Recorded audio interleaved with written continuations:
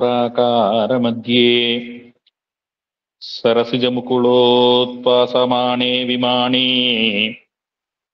कावेरी मध्यदेशे मृतुतरपनिराट् बोहपर्यङ्कभागे निद्रामुद्राभिरामं कडिनिकटशिरपाश्वविन्यस्सहस्तम् पद्मातात्रीकराभ्यां परिचितचरणं रङ्गराजं भजेऽहम्।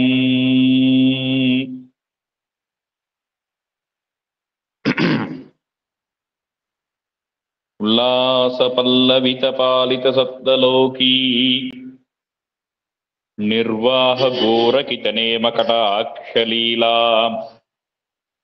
श्रीरङ्गहर्म्यतलमङ्गलदीपरेखाम् श्रीरङ्गराजमहिषीं श्रियमाश्रयामः। आकारत्रयसम्पन्नाम् अरविन्दनिवासिनीम् अशेष जगतीशित्रीं वन्दे वरदवल्लभाम्।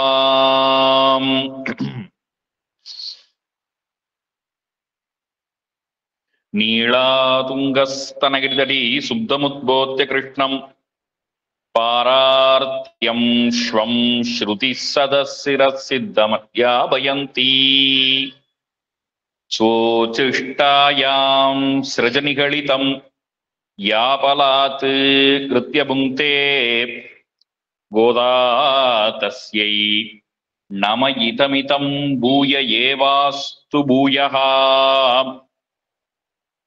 அன்னவயல் புதுவை ஆண்டாள் அரங்கற்கு பன்னு திருப்பாவை பல்பதியம் இன்னிசையால் பாடிக் கொடுத்தாள் நற்பாமாலை பூமாலை சூடிக் கொடுத்தாளைச் சொல்லு சூடிக் கொடுத்த சுடரு கொடியே தொல்பாவை பாடி அருளவல்ல பல்வளையாய் நாடினி வேங்கடவர்க்கென்னை விதியென்ற இம்மாற்றம் நாம் கடவா வண்ணமே நல்கு.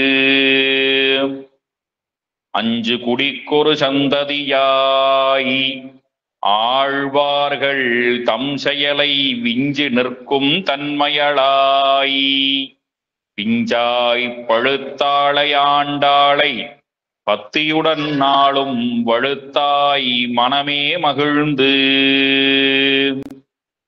சகல வேதாந்த சாரார்த்த பூர்ணாசயம் விபுலவாதூல கோத்ரோத்பவானாம்பரம்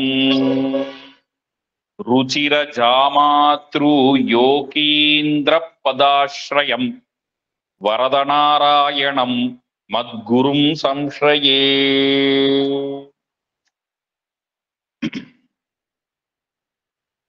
எப்பதியான பகவான் ஸ்ரீமன் நாராயணன் அவனுடைய பரிபூர்ண கடாட்சத்தினாலே இந்த சோபகிருத்து வருஷம் என்று சொல்லும்படியான வருஷத்துக்குரிய தனுர்மாச உபன்யாசம். தனுர்மாசம் என்று சொல்லக்கூடியது உயர்ந்த மார்கழி மாதமாக அமைந்திருக்கிறது.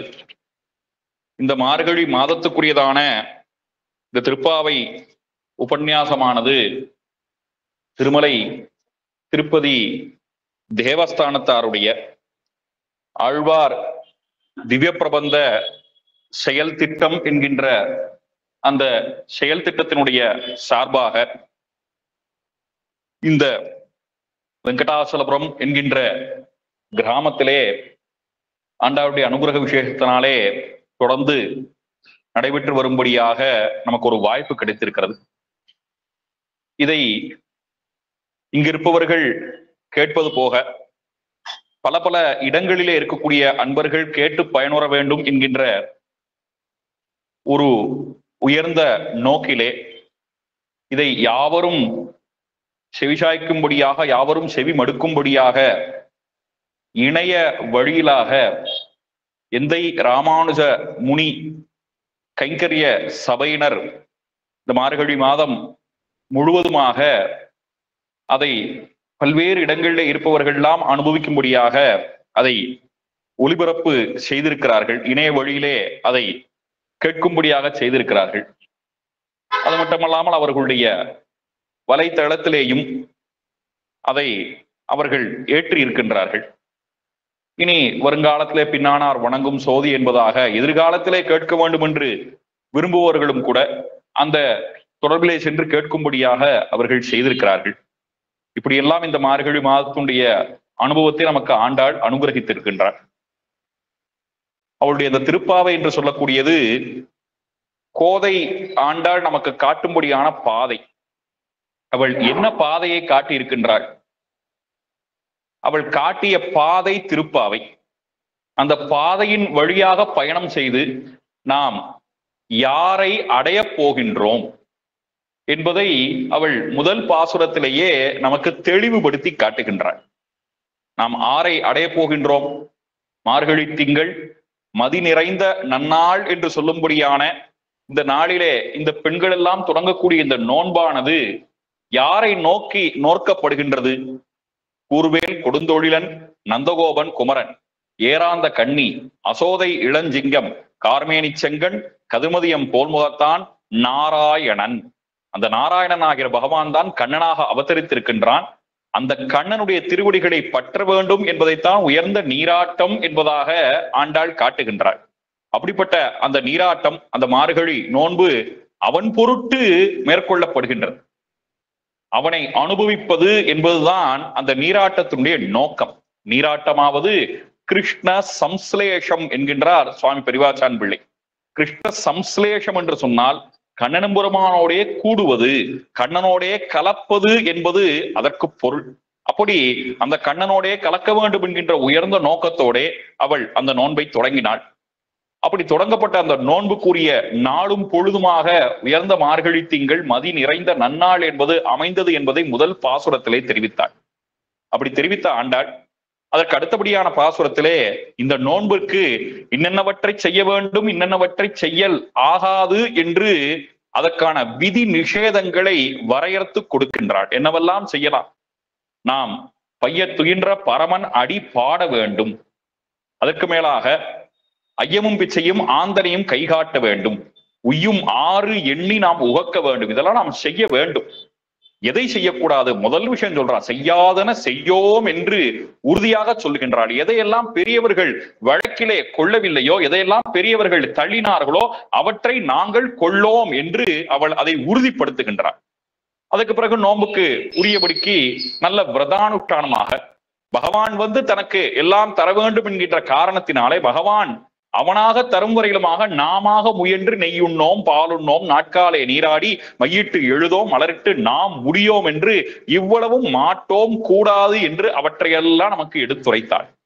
அதற்கு அடுத்த பாசுரத்திலே இந்த நோன்பை மேற்கொள்வதால் இந்த நோன்பிற்கு அனுமதி வழங்கி இருக்கும்படியான நாட்டார்கள் அவர்கள் யாவருக்கும் நல்ல மழை பொழிய வேண்டும் என்பதை நீங்காத செல்வம் நிறைந்து என்று வாழ்த்தினாள். ஓங்கி உலகளந்த உத்தமன் பேர்பாடி நாம் இந்த நோன்பை மேற்கொள்கின்றோம். இவ்வாறு மேற்கொள்வதால் நாட்டிலே நல்ல செழிப்பு ஏற்பட வேண்டும். இன்னைக்கு சொல்றோம் இல்லையா, பசுமை புரட்சி, வெண்மை புரட்சி, நீல புரட்சி என்றெல்லாம் சொல்லுகிறார்கள். அதெல்லாம் ஆண்டாள் அன்னைக்கே சொல்லியிருக்கா. அதான் சொல்லிதான் வாழ்த்துறார். அந்த பசுமை புரட்சியானது ஏற்பட வேண்டும். எப்படி ஏற்படும்? ஓங்கு பெரும் சென்னல் ஊடு கயல் உகள. கயல் உகளன்னா நல்ல நீர் வளம், மீன் வளம். அது ஒரு தேசத்திலே நிறைய இருக்குன்னு சொன்னா நல்ல நீர் வளம் இருக்குன்னு அர்த்தம். அதனாலே அந்த நீல புரட்சியை அவள் சொல்லிவிட்டார்.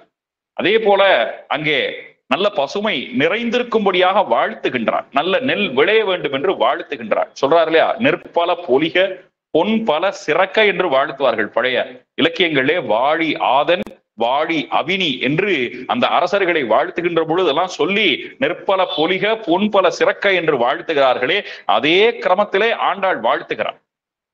அதனாலே அந்த வாழ்த்து ஒலி என்று சொல்லக்கூடியது ஒரு பழைய மரபு. வழிபடு தெய்வம் நிற்புறம் காப்ப. எப்படி காக்கணும்? பழிதீர் செல்வமோடு வழி வழி சிறக்க. செல்வம் சேர வேண்டும் என்று வாழ்த்துகிறார். ஆண்டாள் நீங்காத செல்வம்னு சொல்றார். அவர் என்ன சொல்றார்? பழிதீர் செல்வம் என்று சொல்றார். வள்ளுவர் என்ன சொன்னார்? தீதின்றி வந்த பொருள் என்று சொன்னார். குற்றமற்ற செல்வமாக இருக்கணும். அப்படி குற்றமற்ற செல்வமாக எது வருகின்றதோ, பழியற்ற பாவமற்ற வழியிலே அந்த செல்வம் ஈட்டப்பட வேண்டும். அப்படி வரக்கூடிய செல்வம் தான் என்னவாக இருக்கும்? நீங்காத செல்வமாக நிலைத்து இருக்கக்கூடிய தகுதியை பெற்றிருக்கிறது என்று ஆண்டாள் வாழ்த்தினாள் இந்த பாசுரத்திலே. அப்படி வாழ்த்தி விட்டு அந்த மழை பொழிய வேண்டும், எப்படி அந்த மழை பொழிய வேண்டும் என்று அந்த மழை கடவுளுக்கு அவள் உத்தரவிடுவதாக அந்த அடுத்த பாசுரம் அமைந்திருக்கிறது. தேங்காதே புக்கிருந்து சீத்த முளைபற்றி வாங்க குடம் நிறைக்கும் வள்ளல் பெரும்பசுக்கள் எல்லாம் செழித்து நல்ல உயர வேண்டுமே, அதற்கு அந்த மழை எங்கிருந்து பொழிய வேண்டும்? ஆழி உள் புக்கு முகர்ந்து கொடு ஆர்த்து ஏறி ஊழி முதல்வன் உருவம் போல் மெய்கருத்து சார்ங்க முதைத்த சர மழை போல் வாழ உலகினில் பெய்திடா என்று அந்த மழையை வாழ்த்துகின்றார். அப்படியாக அந்த வாழ்த்தை சொல்லி அந்த மழை பெய்வதற்கான வழியை சொல்லி இந்த நோன்பு தங்குதடையின்றி நடக்கும். அப்படி தங்குதடையின்றி நடக்கும்னு சொன்னால், அப்படி தங்குதடையின்றி அந்த நோன்பு நடப்பதற்கான நம்பிக்கை என்ன, அந்த நோன்பு அவ்வாறு நடக்கும் என்று சொல்வதற்கான நம்பிக்கை உறுதிப்பாடு என்ன என்று சொன்னால், எம்பெருமானுடைய திருநாமங்களை சொல்வது. எம்பெருமானுடைய திருநாமத்தை வாயினால் பாடி மனத்தினால் சொல்வோமேயானால், தூமலர் தூவி தொழுது மாயனை மண்ணு வடமதுரை மைந்தனை தாயை குடல் விளக்கம் செய்த தாமோதரனை என்று அவனை வாயினால் பாடி மனத்தினால் சொன்னால் தங்குதலையின்றி இந்த நோன்பானது நிச்சயமாக வெற்றி பெறும் என்று ஆண்டாள் நமக்கு உறுதி தருகின்றாள். நாம் செய்த பாவங்கள் எல்லாம் தீயினில் தூசாகும் செப்பு என்று சொன்னார். அப்படிலாம் சொல்லிவிட்டு இந்த நோன்புக்கு உரிய பெண் பிள்ளைகள், ஒவ்வொரு பெண் பிள்ளைகளையும் ஒவ்வொரு பெண் பிள்ளைகள் அவர்களுடைய வீட்டின் வாசல்லே சென்று அவர்களுக்கு விடியலுக்கான அடையாளங்கள்லாம் சொல்லி சொல்லி சொல்லி சொல்லி சொல்லி ஒவ்வொருத்தையாக எழுப்பி கொண்டே வருகின்றார். வரிசையா சொல்றான். புள்ளும் சிலம்பினகான் புள்ளரையன் கோயில் வெள்ளை விழிசங்கின் பேரரவம் கேட்டிலையோ, கீசிகி சென்றங்கும் ஆணை சாத்தன் கலந்து பேசின பேச்சரவம் கேட்டிலையோ. வரிசையா ஒவ்வொருத்தட்டையா சில இடங்கள்ல ரொம்ப அன்பா பண்பா சொல்றா, சில இடங்கள்ல கொஞ்சம் கோபமாவே சொல்றா. உரிமை இருக்கு. உன்மகள் தான் ஊமையோ அன்றி செவிடோ அனந்தலோ என்றெல்லாம் கேட்கின்றாள். அப்படியெல்லாம் கேட்டு அந்த பெண்களெல்லாம் எழுப்பி பல பல பல பல அடையாளங்கள், கீழ்வானம் வெள்ளென்று எருமை சிறுவீடு மேய்வான் பரந்தனகான் என்று ஆயர்குல மக்களுக்கென்றே இருக்கக்கூடிய பிரத்யேகமான அடையாளம், அந்த அடையாளத்தை சொன்னார். அதே போல வெள்ளி எழுந்து வியாழன் உறங்கிற்று என்று சொன்னார். அதற்கும் மேலாக பல பல அடையாளங்கள், ரொம்ப அழகான அடையாளங்கள்லாம் சொல்றார். செங்கழு நீர் வாய் நெகிழ்ந்து ஆம்பல் வாய் கூம்பினகான் என்று அடையாளங்கள் சொல்றா. இத்தனை அடையாளங்களையும் சொல்லி அந்த பெண் பிள்ளைகள்லாம் எழுப்பி கொண்டு அவர்கள்லாம் அழைத்து கொண்டு நந்தகோபன் குமரன் அவனுடைய வாசலுக்கு சென்றார்கள். சென்று நாயகனாய் நின்ற நந்தகோபன் என்று அவனை போற்றி கொண்டாடி, கோயில் காப்பானே குடித்தோன்றும் தோரண வாசல் காப்பானே மணி கதவம் தாழ் திறவாய் என்று பிரார்த்தித்தார்கள். அப்படி மணி கதவம் தாழ் திறவாய் என்று வேண்டிக் கொண்டு அந்த மணிக்கதவம் தாழ் திறக்கப்பட்டவர்கள் உள்ளே நுழைந்து அங்கே யார் இருக்கிறார்? எம்பெருமான் நந்தகோபாலன் இருக்கிறார். அதற்கடுத்தபடியாக எம்பெருமாட்டி யசோதை இருக்கின்றாள். அவர்களெல்லாம் எழுப்பி அதற்கு மேலாக உம்பர் கோமானே உறங்காது எழுந்திரா என்று கண்ணன் பெருமானையும் சொல்லி, அந்த கண்ணன் பலராமனை எழுப்பாமல் தன்னை எழுப்பியதை அவன் ஏற்காத பொழுது அந்த பலதேவனை பார்த்து சொல்லுகின்றார்கள், செம்பொர் கழலடி செல்வா பலதேவா என்று சொல்கிறார்கள். அந்த பலதேவனையும் எழுப்பி கொண்டு அதற்கு மேலாக நப்பின்னை பிராட்டியை எழுப்புகிறார்கள். எப்படி சொல்லுகிறார்கள்? முந்து மதகளிட்டன் ஓடாத தொல்வழியன் நந்தகோபாலன் மருமகளே நப்பின்னாய் என்று அவளை அழைத்தார்கள். அதற்கு மேல அவளுக்கு இருக்கக்கூடிய பெருமைகள்லாம் சொல்றாங்க. கந்தம் கமழும் குழலி என்று அவளை அழைக்கிறார்கள். அதற்கு மேலே அவளும் கண்ணனுமான சேர்த்து எப்படி இருக்கிறது? குத்து விளக்கரிய கோட்டுக்கால் கட்டில் மேல் மெத்தென்ற பஞ்ச சயனத்தின் மேலேறி கொத்து அலர் பூங்குழல் நப்பின்னை. இதை போல ஒரு தமிழ் சொல் எங்கேயாவது உண்டா? ஒரு தமிழ் தொடர் உண்டா? என்ன அழகான வார்த்தை! அந்த மலர் அப்படியே கொத்தா பறிக்கிறார்கள், பறிச்சு அவ தலையில வைக்கிறார்கள். அது மொட்டை தான் பறிச்சு வைப்பார்கள். அவ தலையில அது வச்ச உடனே அந்த தலையின் மென்மையினாலே அந்த கொத்து அப்படியே அலரும், அப்படியே மலரும். அவ்வளவு மென்மையாக இருக்கக்கூடிய கூந்தல் அழகு வாய்ந்தவள் இந்த நப்பின்னை ஆனபடினாலே அவளை சொல்லி அழைத்தார்கள். அதற்கு மேலாக அவள்கிட்ட சொல்றாங்க, உக்கமும் தட்டோழியும் தந்து உன் மணாளனை இப்போதே எம்மை நீராட்டு என்று பிரார்த்தித்த உடனே அவளும் இந்த கோட்டியிலே வந்து சேர்ந்து கொண்டாள். சேர்ந்து கொண்டு இவர்கள் எல்லாம் கண்ணனுக்கு சுப்பிரபாதம் பாடுகிறார்கள். கண்ணனை பார்த்து சொல்லுகின்றார்கள், ஏற்ற கலங்கள் எதிர்பொங்கி மீதளிப்ப மாற்றாதே பால் சொரியும் வள்ளல் பெரும்பசுக்கள் ஆற்றப்படைத்தான் மகனே அறிவுராய் ஊற்றம் உடையாய் பெரியாய் உலகினில் தோற்றமாய் நின்ற சுடரே துயில் ஏழாய் என்று கண்ணனை துயில் எழுப்பினார்கள். அப்படி துயில் எழுப்பி அந்த கண்ணன் எழுந்து அவன் திருக்கண்களால் தங்களை நோக்க வேண்டும். அங்கன் இரண்டும் கொண்டு எங்கள் மேல் நோக்குதியே, எங்கள் மேல் சாபம் இழிந்து என்று இழியும்படியாக கேட்டார்கள். அந்த கண்ணன் உங்களுக்கு என்ன வேண்டும் என்று கேட்க, நீ இங்கே இருந்து கேட்காதே, பள்ளி கட்டிலே இருந்து கேட்காதே, கோப்புடைய சீரிய சிங்காசனத்து இருந்து யாம் வந்த காரியம் ஆராய்ந்து அருள் என்று பிரார்த்தித்தார்கள். நீங்கள் வந்த காரியம் என்ன என்று கண்ணன் கேட்கின்றான். கேட்ட கண்ணன் அந்த காரியத்தை அவன் கேட்பதற்கு முன்பாக அவன் நடந்து வரக்கூடிய நடையழகை பார்த்து அந்த அழகிலே மயங்கி அதற்கு என் வருமோ ஆபத்து வருமோ என்ற மனம் கலங்கி அதற்கு கண்ணெச்சில் படாதபடி பல்லாண்டு பாடுகின்றார்கள், போற்றுகின்றார்கள். அன்றி உலகம் அளந்தாய் அடி போற்றி, சென்றங்குத நிலங்கை செற்றாய் திரள் போற்றி, பொன்னச்சகடம் உதைத்தாய் புகழ் போற்றி, கன்று குணிலா விரிந்தாய் கடல் போற்றி, குன்றுடையா விடுத்தாய் குணம் போற்றி, வென்று பகடுக்கும் நின்கையில் வேல் போற்றி என்று போற்றி போற்றி போற்றி என்று போற்றி பாடினார்கள். அவர்களை கண்ணன் பார்த்து உங்களுக்கு என்ன வேண்டும் என்று கேட்கின்ற பொழுது அவர்கள் சொன்னார்கள், உன்னை அருத்தித்து வந்தோம், நீ பறை தந்தாலும் தராத விட்டாலும் உன்னை அருத்தித்து வந்தோம், உன்னிடத்தில் உன்னைத்தான் நாங்கள் கேட்டு வந்தோம் என்று அதை அவர்கள் தெரிவித்தார்கள். அப்படி தெரிவித்த பிற்பாடு உங்களுக்கு என்ன வேண்டும், நோன்புக்கு வேண்டிய உபகரணங்கள் என்னென்னு கண்ணன் கேட்டான்.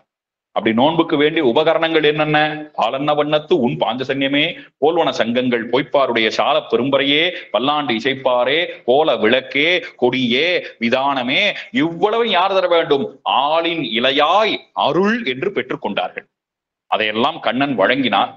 வழங்கி திருப்தியான கேட்டான். இதெல்லாம் ஊருக்குத்தானே ஒழிய நாங்கள் எங்களுக்குன்னு கேட்கக்கூடிய விஷயங்கள் இருக்கின்றன, நாங்கள் எங்களுக்குன்னு இதெல்லாம் தனிப்பட்ட முறையிலேயே நாங்கள் கேட்பதற்குன்னு விஷயங்கள் இருக்கின்றன. என்ன வேண்டும், உடாரை வெல்லும் சீர் கோவிந்தா உந்தன்னை பாடி பறைகொண்டு யாம் பெரு சம்மானம், நாடு புகழும் பரிசினால் நன்றாக சூடகம் தோள்வளை தோடு செவிப்பூ பாடகம் என்றனைய பல்கலன் ஆடை கொடுக்க வேண்டும், அதன் பின்னே பார்ச்சோர் மூட நெய்வதும் முழங்கை வழிவார கூடியிருந்து குளிர்ந்து நாம் அனுபவிக்க வேண்டும் என்று பிரார்த்தித்தார். இவ்வளவு ஆண்டாள் 27வது பாசுரம் வரையிலுமாக அவள் விண்ணப்பம் பண்ணியிருக்கக்கூடிய விஷயம். இனி இந்த 28வது பாசுரம், இந்த 28வது பாசுரம் அதுவும் உயர்ந்த சாஸ்திரார்த்தம். சாஸ்திரார்த்தம்னு சொன்னால் அதை நாம் விளங்கிக் கொள்ள வேண்டும். திருப்பாவை என்று சொல்லக்கூடியதான திவ்ய பிரபந்தம் இருக்கிறதே, அந்த திவ்ய பிரபந்தமானது நிச்சயமாக ஒரு உயர்ந்த ஒப்பற்ற இலக்கியம், அதுல ஒரு மாற்று கருத்தும் கிடையாது. அந்த இலக்கியம் என்று சொல்வதற்கான சகல தகுதிகளும் அதிலே இருக்கிறது. வெறும் இலக்கியம் நான் சொல்ல மாட்டேன், நிச்சயமாக அது ஒப்பற்ற இலக்கியம் என்று சொல்வதிலே எந்த விதமான மிகைப்படுத்தலுமே கிடையாது. திருப்பாவையுடைய பாசுரங்களை அனுபவித்தவர்களுக்கு அது நன்கு விளங்கும். அதிலே காட்டப்பட்டிருக்கக்கூடிய பொருள் இருக்கின்றன, அந்த உரையாசிரியர்கள் தந்திருக்கக்கூடிய விளக்கங்களுக்கும் பஞ்சமே கிடையாது. அவ்வளவு விளக்கங்களை அவர்கள் வழங்கி இருக்கிறார்கள், அவ்வளவு இலக்கிய இலக்கண செய்திகளை அவர்கள் பொழிந்திருக்கிறார்கள். ஆனால் இதெல்லாம் தாண்டி அது ஒரு திவ்ய சாஸ்திரம், அது ஒரு சமயத்தினுடைய புனித நூல். அது எந்த அளவுக்கு இலக்கியமாக இருக்கிறதோ அதே அளவிற்கு வைணவர்களுக்கு உயிராக இருக்கக்கூடிய ஒரு திவ்ய பிரபந்தம். வைணவர்களுக்கு மட்டும்தான் திருப்பாவை சொந்தம் நான் சொல்ல மாட்டேன். ஆருக்கெல்லாம் தமிழ் தெரியுமோ, ஆருக்கெல்லாம் கண்ணனை விரும்ப வேண்டும், கண்ணனிடத்திலே பக்தி இருக்கிறதோ 6 நாளும் திருப்பாவை படிக்கலாம், அதுல எந்த மாற்று கருத்தும் இல்லை. ஆனாலும் கூட அதுல ஆழ் பொருள் என்று ஒன்று இருக்கிறதே, அந்த நுண்பொருள்னு ஒண்ணு இருக்கே. இப்போ சில பதார்த்தங்கள் இருக்கும், அந்த பதார்த்தங்களை சிலர்கிட்ட கொடுத்தோன்னு சொன்னா அவர்கள் அதை எப்படி பயன்படுத்துறார்கள்ன்ற விதம் இருக்கு. ஒரு பெரிய பூமி இருக்கு, அந்த பூமியை இந்தான கொடுத்தா சில பேர் என்ன பண்றார்கள், அந்த பூமியை வச்சுக்கொண்டு அதுக்கு மேல வீடு கட்டுறார்கள். இன்னும் சில பேர் என்ன பண்றார்கள், அந்த பூமியை உழுது பயிரிட்டு அதுல இருந்து விளைய வைக்கிறார்கள். ஆனால் ரொம்ப திடமானவர்கள் இன்னொரு காரியம் பண்ணுவார்கள். என்ன பண்ணுவார்கள் தெரியுமா, அந்த பூமியை ஆழ்ந்து அகன்று தோண்டி அந்த பூமிக்குள்ளே மண்ணோட கலந்திருக்கக்கூடிய தங்கம் இருக்கும், அந்த தங்கத்தை அந்த பூமிக்குள்ள இருந்து அவர்கள் பிரித்து எடுப்பார்கள். அப்போ இவர்கள் 3 பேத்துக்குமே அந்த பூமியை பயன்படுத்தக்கூடிய தன்மை இருக்கிறது. ஆனால் அதற்கு உள்ளே இருக்கக்கூடிய அந்த தங்கத்தை மண்ணும் பொண்ணும் ஒன்னாதான் கலந்து கிடக்கும். அப்படி ஒன்றாக கலந்து கிடக்கிற பொழுது இந்த பொன்னையும் மண்ணையும் வேறுபடுத்தக்கூடிய அந்த திறன் யாருக்கு அமைந்திருக்கிறது என்று சொன்னால் அது சில நுட்பமான அறிவிற்பவர்களுக்கு அமைந்திருக்கிறது. அதை போல திருப்பாவினுடைய பாசுரங்களை வெறுமனே இலக்கியம் என்று பார்ப்பது ஒரு பார்வை, அதற்கு மேலாக அதற்குள்ளே கிருஷ்ண பக்தி காட்டப்பட்டிருக்கிறது என்று பார்ப்பது இரண்டாவது பார்வை. அவர்கள் விவசாயிகளைப் போல. ஆனால் அதற்கு உள்ளாக சாஸ்திரார்த்தங்கள் இருக்கின்றன. ரொம்ப உயர்ந்த வேதாந்த விஷயங்கள்லாம் திருப்பாவினுடைய பாசுரத்துக்குள்ளே பொதித்து வைக்கப்பட்டிருக்கிறது என்று அந்த வேதாந்தார்த்தங்களை எல்லாம் அவர்கள் எடுத்து பார்க்க வேண்டும் என்பதுதான் ரொம்ப முக்கியமான விஷயமாக இதில் அமைந்திருக்கிறது. அப்படிப்பட்ட வேதாந்தார்த்தங்கள் என்ன சொல்லப்பட்டிருக்கின்றன என்று பார்க்கலாம். ஒரு நிமிஷம்.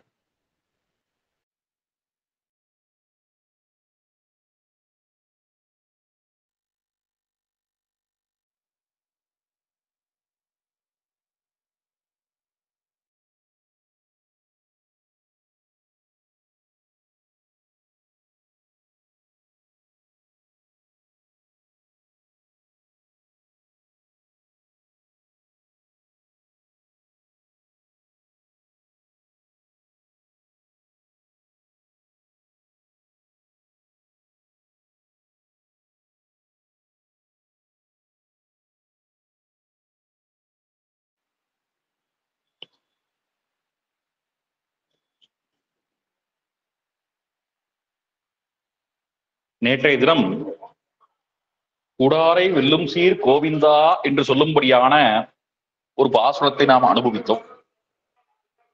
இந்த பாசுரமும் ஆண்டாள் கண்ணனை எப்படியாக திருக்கல்யாணம் பண்ணிக்கொள்ள வேண்டும் என்பதைத்தான் கண்ணிடத்திலே விண்ணப்பித்தாள்னு ஒரு அர்த்தம். அதுவே உள்ளுரை பொருள்தான். ஆனால் அதற்கு மேலாக இன்னும் ஆழ்பொருள் அதற்குள்ளே பொதிந்திருக்கிறது. அந்த ஆழ்பொருளை உணர வேண்டும்.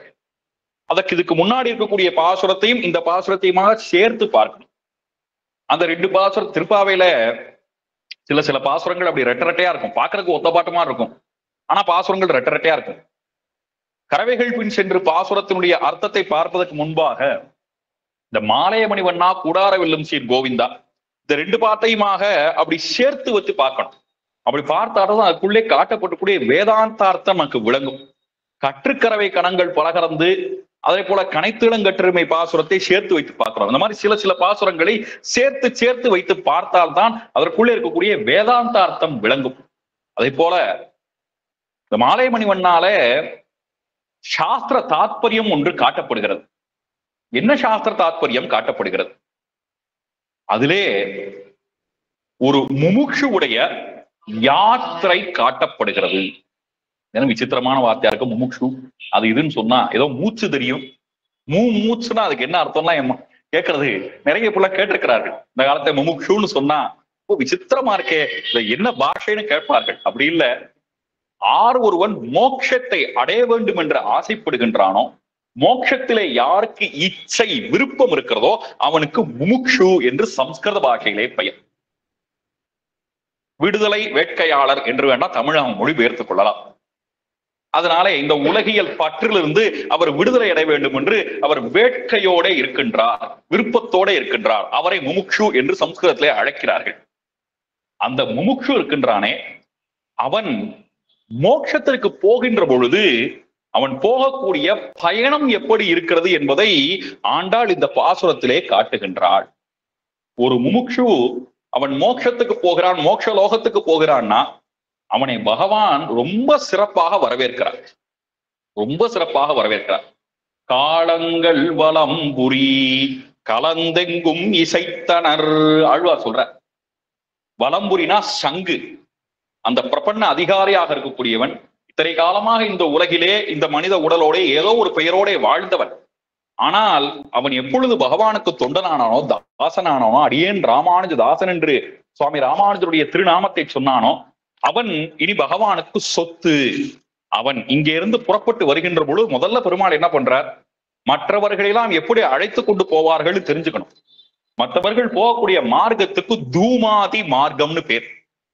தூமாதி மார்க்கம்னா கருப்பா புகை அடைஞ்சு போறது. ஆனால் இவர்கள் போகக்கூடிய மார்க்கத்துக்கு அர்ச்சராதி கதின்னு பேர். இந்த அர்ச்சராதி கதின்றது வெள்ளையா இருக்கும் அந்த பாதை. இந்த தூமாதி மார்க்கம் இருக்கே, அது எப்படிப்பட்டதுன்னா, இந்த அர்ச்சராதி கதின்றது ஒன்வே பாதி.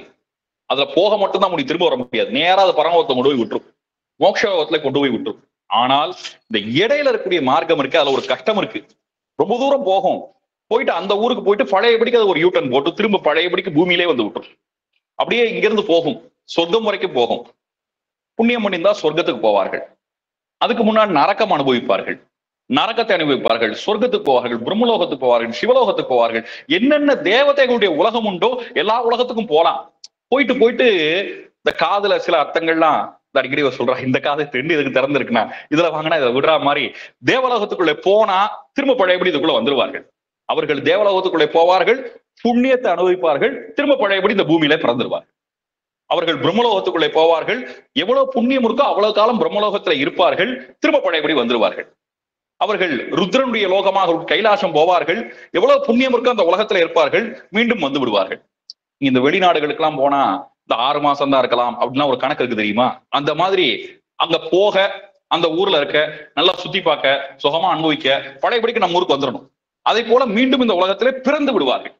ஆனால் இந்த பிறவா பெருநிலை எய்த வேண்டும் என்று சொன்னால் சங்க தமிழர்கள் சொல்லுகிறார்கள், ஒரு பரிபாடல் சொல்லுகிறது, மாயோயே மாயோயே. மாயோயே என்று சொல்லுவது மாயோன் என்கிற திருமாலை சொல்லுகிறது. மாயோன் மேய காடூரை உலகம் என்று தொல்காப்பியர் சொல்லுகின்றாரே, அந்த திருமாலை சொல்லுகிறார். அவர் எப்படிப்பட்டவர்? மறு பிறப்பு அறுக்கும் மாசில் சேவடி மணி திகழ் உருபின் மாசில் சேவடி மாயோயே. மறுபிறப்பறுத்து இனி பிறவி இல்லை என்கிற நிலையை ஏற்படுத்தக்கூடிய நிலைதான் பரமபதமாகிற உலகம். அந்த உலகத்திற்கு சென்றால் சாஸ்திரம் சொல்றது நச புனர் ஆவர்த்ததே. அந்த உலகத்திற்கு போவன் மீண்டும் பிறப்பதில்லை. புனர் ஆவர்த்தினா ஒரு மாலை இருக்கு, ஜபம் பண்றோம், அப்படியே ஜபம் பண்றோம், கீழே ஒரு மணி இருக்கும். அந்த மணி முதல் மணினா அப்படியே ஜபம் பண்ணிட்டே வந்தா 108. 108க்கு அப்புறம் பழையபடி 1 2 3ன்னு ஆரம்பிக்கிறதுக்கு ஆவர்த்தின்னு பேர். அந்த மாதிரி மற்ற உலகங்களுக்கு போனா இப்படி தாயின் கருவறை, தாயின் கருவறையில இருந்து பூமி, பூமியில பிறப்பு, பூமியில இறப்பு, இறந்த பிறகு ஒரு உலகம், அந்த உலகத்திலே ஒரு பிறப்பு, அந்த உலகத்திலிருந்து பழையபடிக்கு திரும்ப தாயின் கருவறை, திரும்ப பூமி, இப்படியே மாலை சுத்திக்கிட்டே இருக்கும். புனரபி ஜனனம் புனரபி மரணம்னு அதுக்கு சக்கரம்னு பேரு, சம்சார சக்கரம்னு பேரு. ஆனால் மோட்சத்துக்கு போகக்கூடியவனுக்கு இந்த கஷ்டம் இல்லை. அவன் பிறந்தான், பகவானுடைய அனுகிரகம் கிடைச்சது, அப்படியே மேல போபவன் அவன் மீண்டு வருவதில்லை. அதுக்கு பெயர் மீட்சி இல்லா உலகு என்று பெயர்.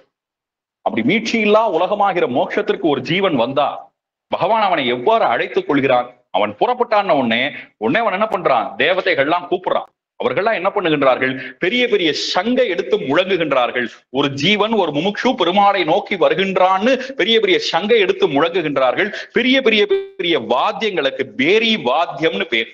அந்த பேரி வாத்தியம் என்று சொல்லக்கூடியது தான் ஆண்டாள் பாலன வண்ணத்து பாஞ்ச சன்னியமேனு சங்கத்தை சொன்னா, வலம்புரி அப்படின்னு பேர் அதுக்கு.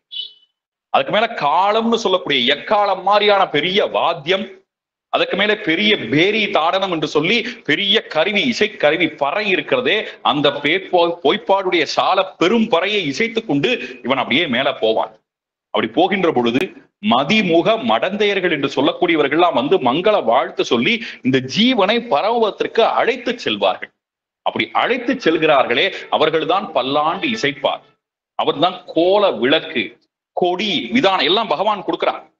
பெருமாள் புறப்பாடானா எப்படி பெருமாளுக்கு என்னென்னலாம் உண்டோ எல்லாத்தையும் இது ஜீவாத்மாக பெருமாளை அனுப்பி வைக்கிறார். போய் எல்லாம் பெருமாள் கொடுத்து விடுறார். இதெல்லாம் எங்க பார்க்கலாம்? சுவாமி நம்மாழ்வாரே பெருமாள் மோட்சத்துக்கு கூட்டு போவார். இந்த 10 நடக்குதே 10வது நாள் சுவாமி நம்மாழ்வார் மோட்சத்துக்கு எழுந்தருளினார்னா பெருமாள்கிட்ட என்னென்னலாம் உண்டோ, பெருமாள் எந்த திருமண் காப்பு சாற்றிருக்கா நம்மாழ்வார் கொடுப்பார், எந்த மாலை சாற்றிருக்கோ நம்மாழ்வார் கொடுப்பார், என்ன ஆபரணங்கள் இருக்கோ அதை நம்மாழ்வார் கொடுப்பார், எல்லாத்தையும் நம்மாழ்வாருக்கு பெருமாள் கொடுப்பார். அதை போல தான் என்னெல்லாம் வைத்திருக்கிறானோ தனக்கு சொத்தாக இருப்பதை எல்லாம் பகவான் இந்த ஜீவாத்மாவுக்கு கொடுக்கின்றான். அந்த அர்த்தத்தை தான் அந்த பாசுரத்திலே காட்டினார். அதுக்கு அடுத்த பாசுரம், குடார வெல்லும் சீர் கோவிந்தா இந்தன்னை பாடி பறைகொண்டு யாம்பரு சம்மானம். அதுக்கு மேல என்ன சொல்றா? ஆபரணங்கள் பூண்வதை சொல்லுகிறாள். ஆபரணம்னா அது எதை நாம் பூணுகின்றோமோ, எதனால் நமக்கு அழகு ஏற்படுகிறோ அதுக்கு ஆபரணம்னு பேர். ஆண்டாள் வெளிப்பொருளாக பார்த்தால் அவள் சொல்லக்கூடியது சரீர பூஷணம். சரீரம்னா உடம்பு. இந்த உடம்புக்கு போடக்கூடிய நகநட்டெல்லாம் பேசுறாள் அப்படின்றது வாஸ்தவம் தான், இல்லைன்னு சொல்லல.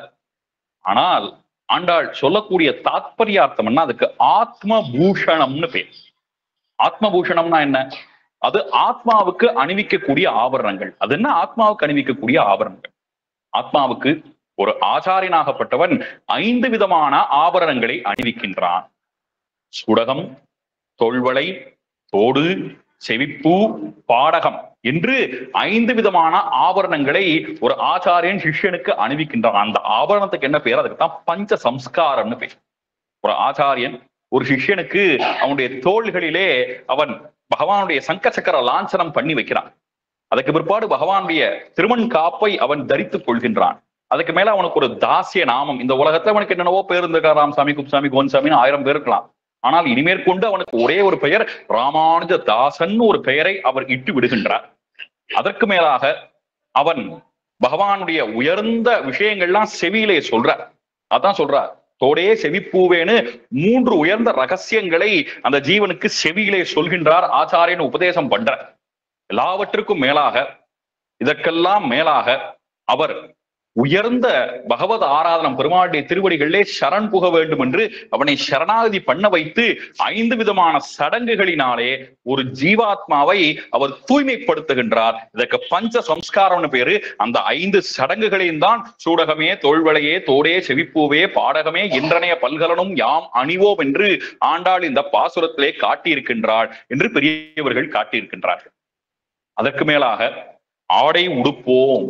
அப்படி பரவத்துக்கு போனா இந்த ஜீவனுக்கு இத்தனை நாளாக ஒரு உடம்பு இருக்கு. அந்த உடம்பு என்பது பாஞ்ச பௌதிகம். பௌதிகம்னா நாம் பார்க்கிறோம் 5 பூதங்கள் இருக்கின்றனவே, அதனால ஆன உடம்பு இது. இந்த உடம்பு இங்க கழிஞ்ச பிறகு வேற வேற உலகங்கள்ல கூட 5 பூதங்கள்ல ஏதோ ஒரு பூதத்தினாலதான் உடம்பு இருக்கும். ஆனால் பரமத்துக்கு போகின்ற பொழுது அந்த உடல் கழிந்து பகவான் அங்கே ஒரு உயர்ந்த உடல் கொடுக்கின்றான். அது பஞ்சோபனிஷத் மயமான சரீரம், அப்ராகிருத திவ்ய சரீரம்னு பேரு. அப்ராகிருத்தம்னா அந்த உலகத்தோட அதுக்கு சம்பந்தம் கிடையாது. அப்படிப்பட்ட ஒரு புனிதமான உடல் கிடைக்கின்றதே, அந்த உடலைத்தான் ஆடை உடுப்போம்னு சொல்றான். அதன் பின்னே பால் சோறு மூட நெய்பெய்து முழங்கை வழிவார அப்படின்னு எதை தான் உண்கிறார்கள்னா அங்கே அவர்கள் பகவானையே உண்கிறார்கள். உண்கிறார்கள்னா வாயாலையா சாப்பிடுறது? பின்ன என்ன, அவனை கண்ணாலே கண்டு அப்படியே பருகிறார்களே, அந்த அனுபவம் தான் உயர்ந்த உணவு. அதுக்கு பிரம்மானுபவம்னு பேர். பிரம்மம் தான் அன்னம், பிரம்மம் அன்னமயம்னு சொல்லியிருக்கு. உணவின் வடிவமாகவே இறைவன் இருக்கின்றான் என்று சொல்லப்பட்டிருக்கிறது.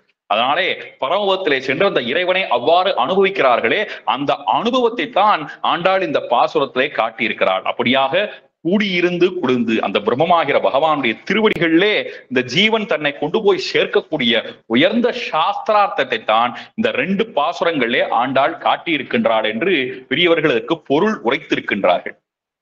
இனி அதற்கு மேலாக ரொம்ப உயர்ந்த பாசுரம் கறவைகள் பின் சென்று காணம் சேர்ந்து உண்போம் என்கின்ற பாசுரம். இந்த பாசுரத்திலே ஆண்டாள் பகவானை அடைவதற்கு அவள் எந்த முயற்சியும் செய்யறதில்லை.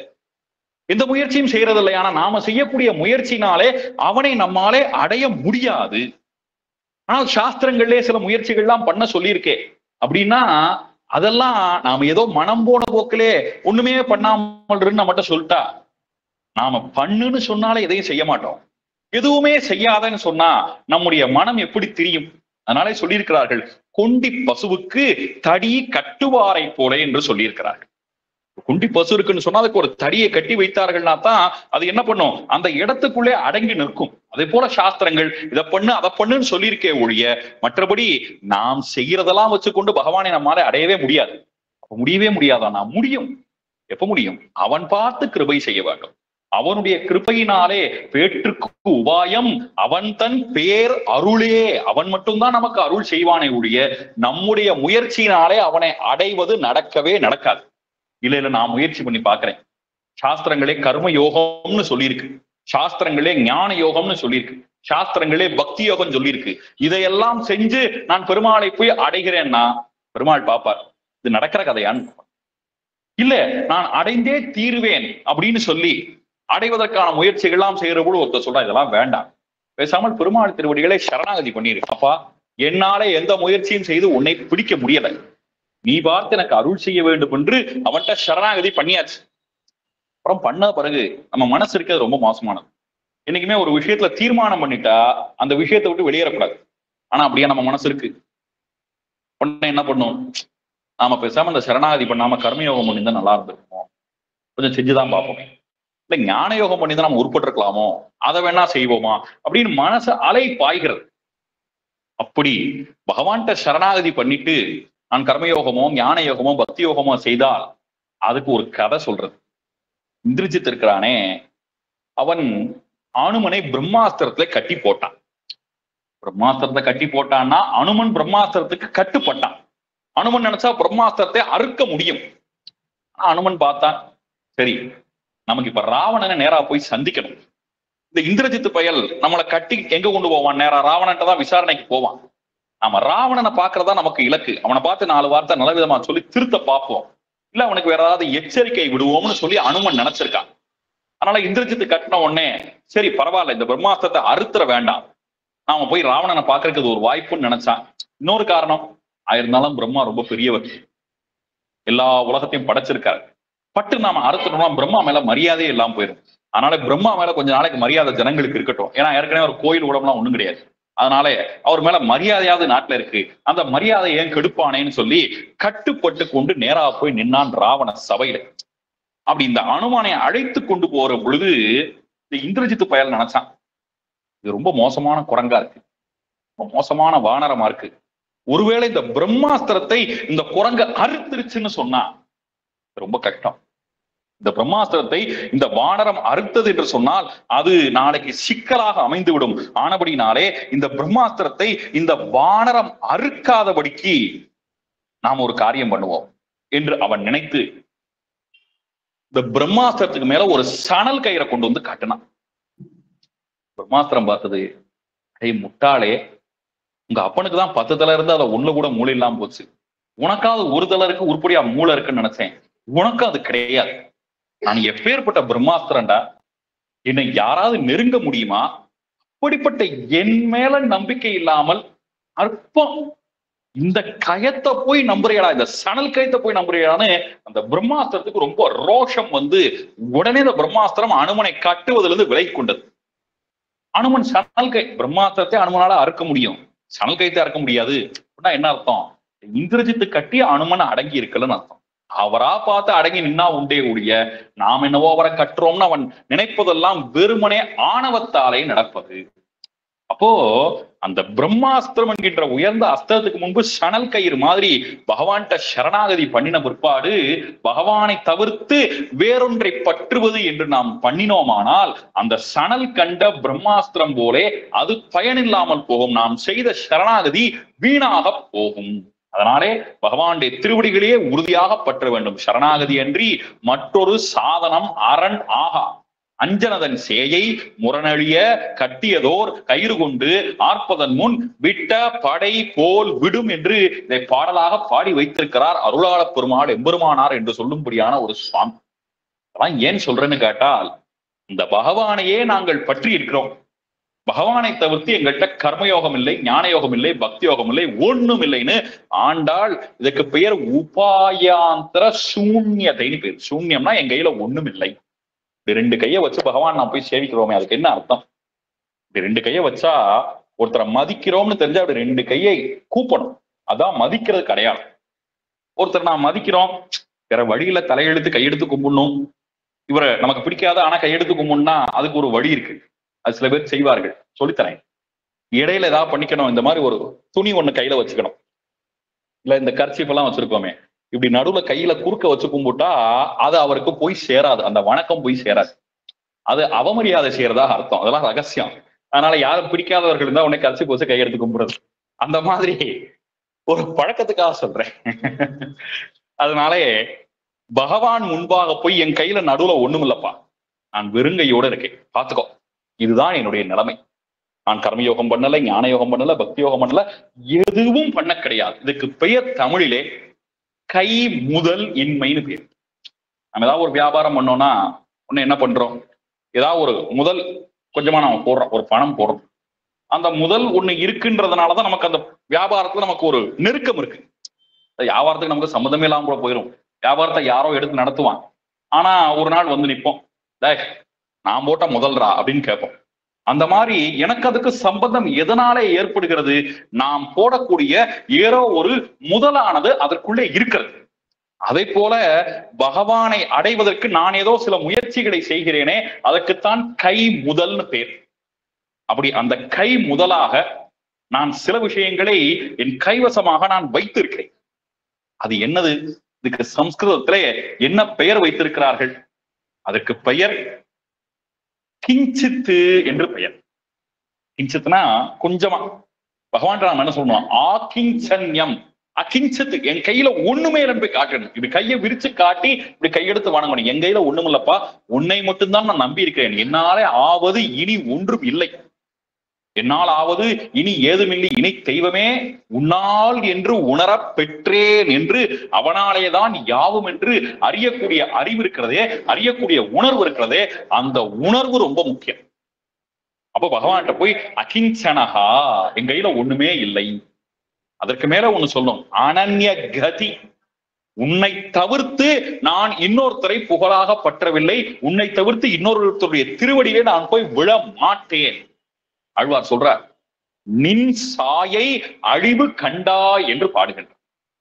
நான் எப்படிப்பட்டவன் தெரியுமா? ஒரு மகாராணி. அப்படி மகாராணியா இருக்கக்கூடியவள், அவள் என்ன பண்ணுவாள்?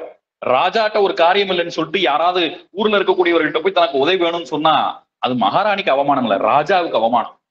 அதனாலே நான் உன்னை தவிர்த்து இன்னொரு இடத்திலே நான் செல்வேனே, ஆனால் அது பகவானே உனக்கு அது அவமானம். நான் அப்படி செல்ல மாட்டேன். நான் உன்னுடைய திருவடிகளே கதி என்று இருக்கின்றேன். அதற்கு பெயர் அனன்ய கதித்துவம் என்று பெயர். எனக்கு இன்னொரு புகழ் இல்லை.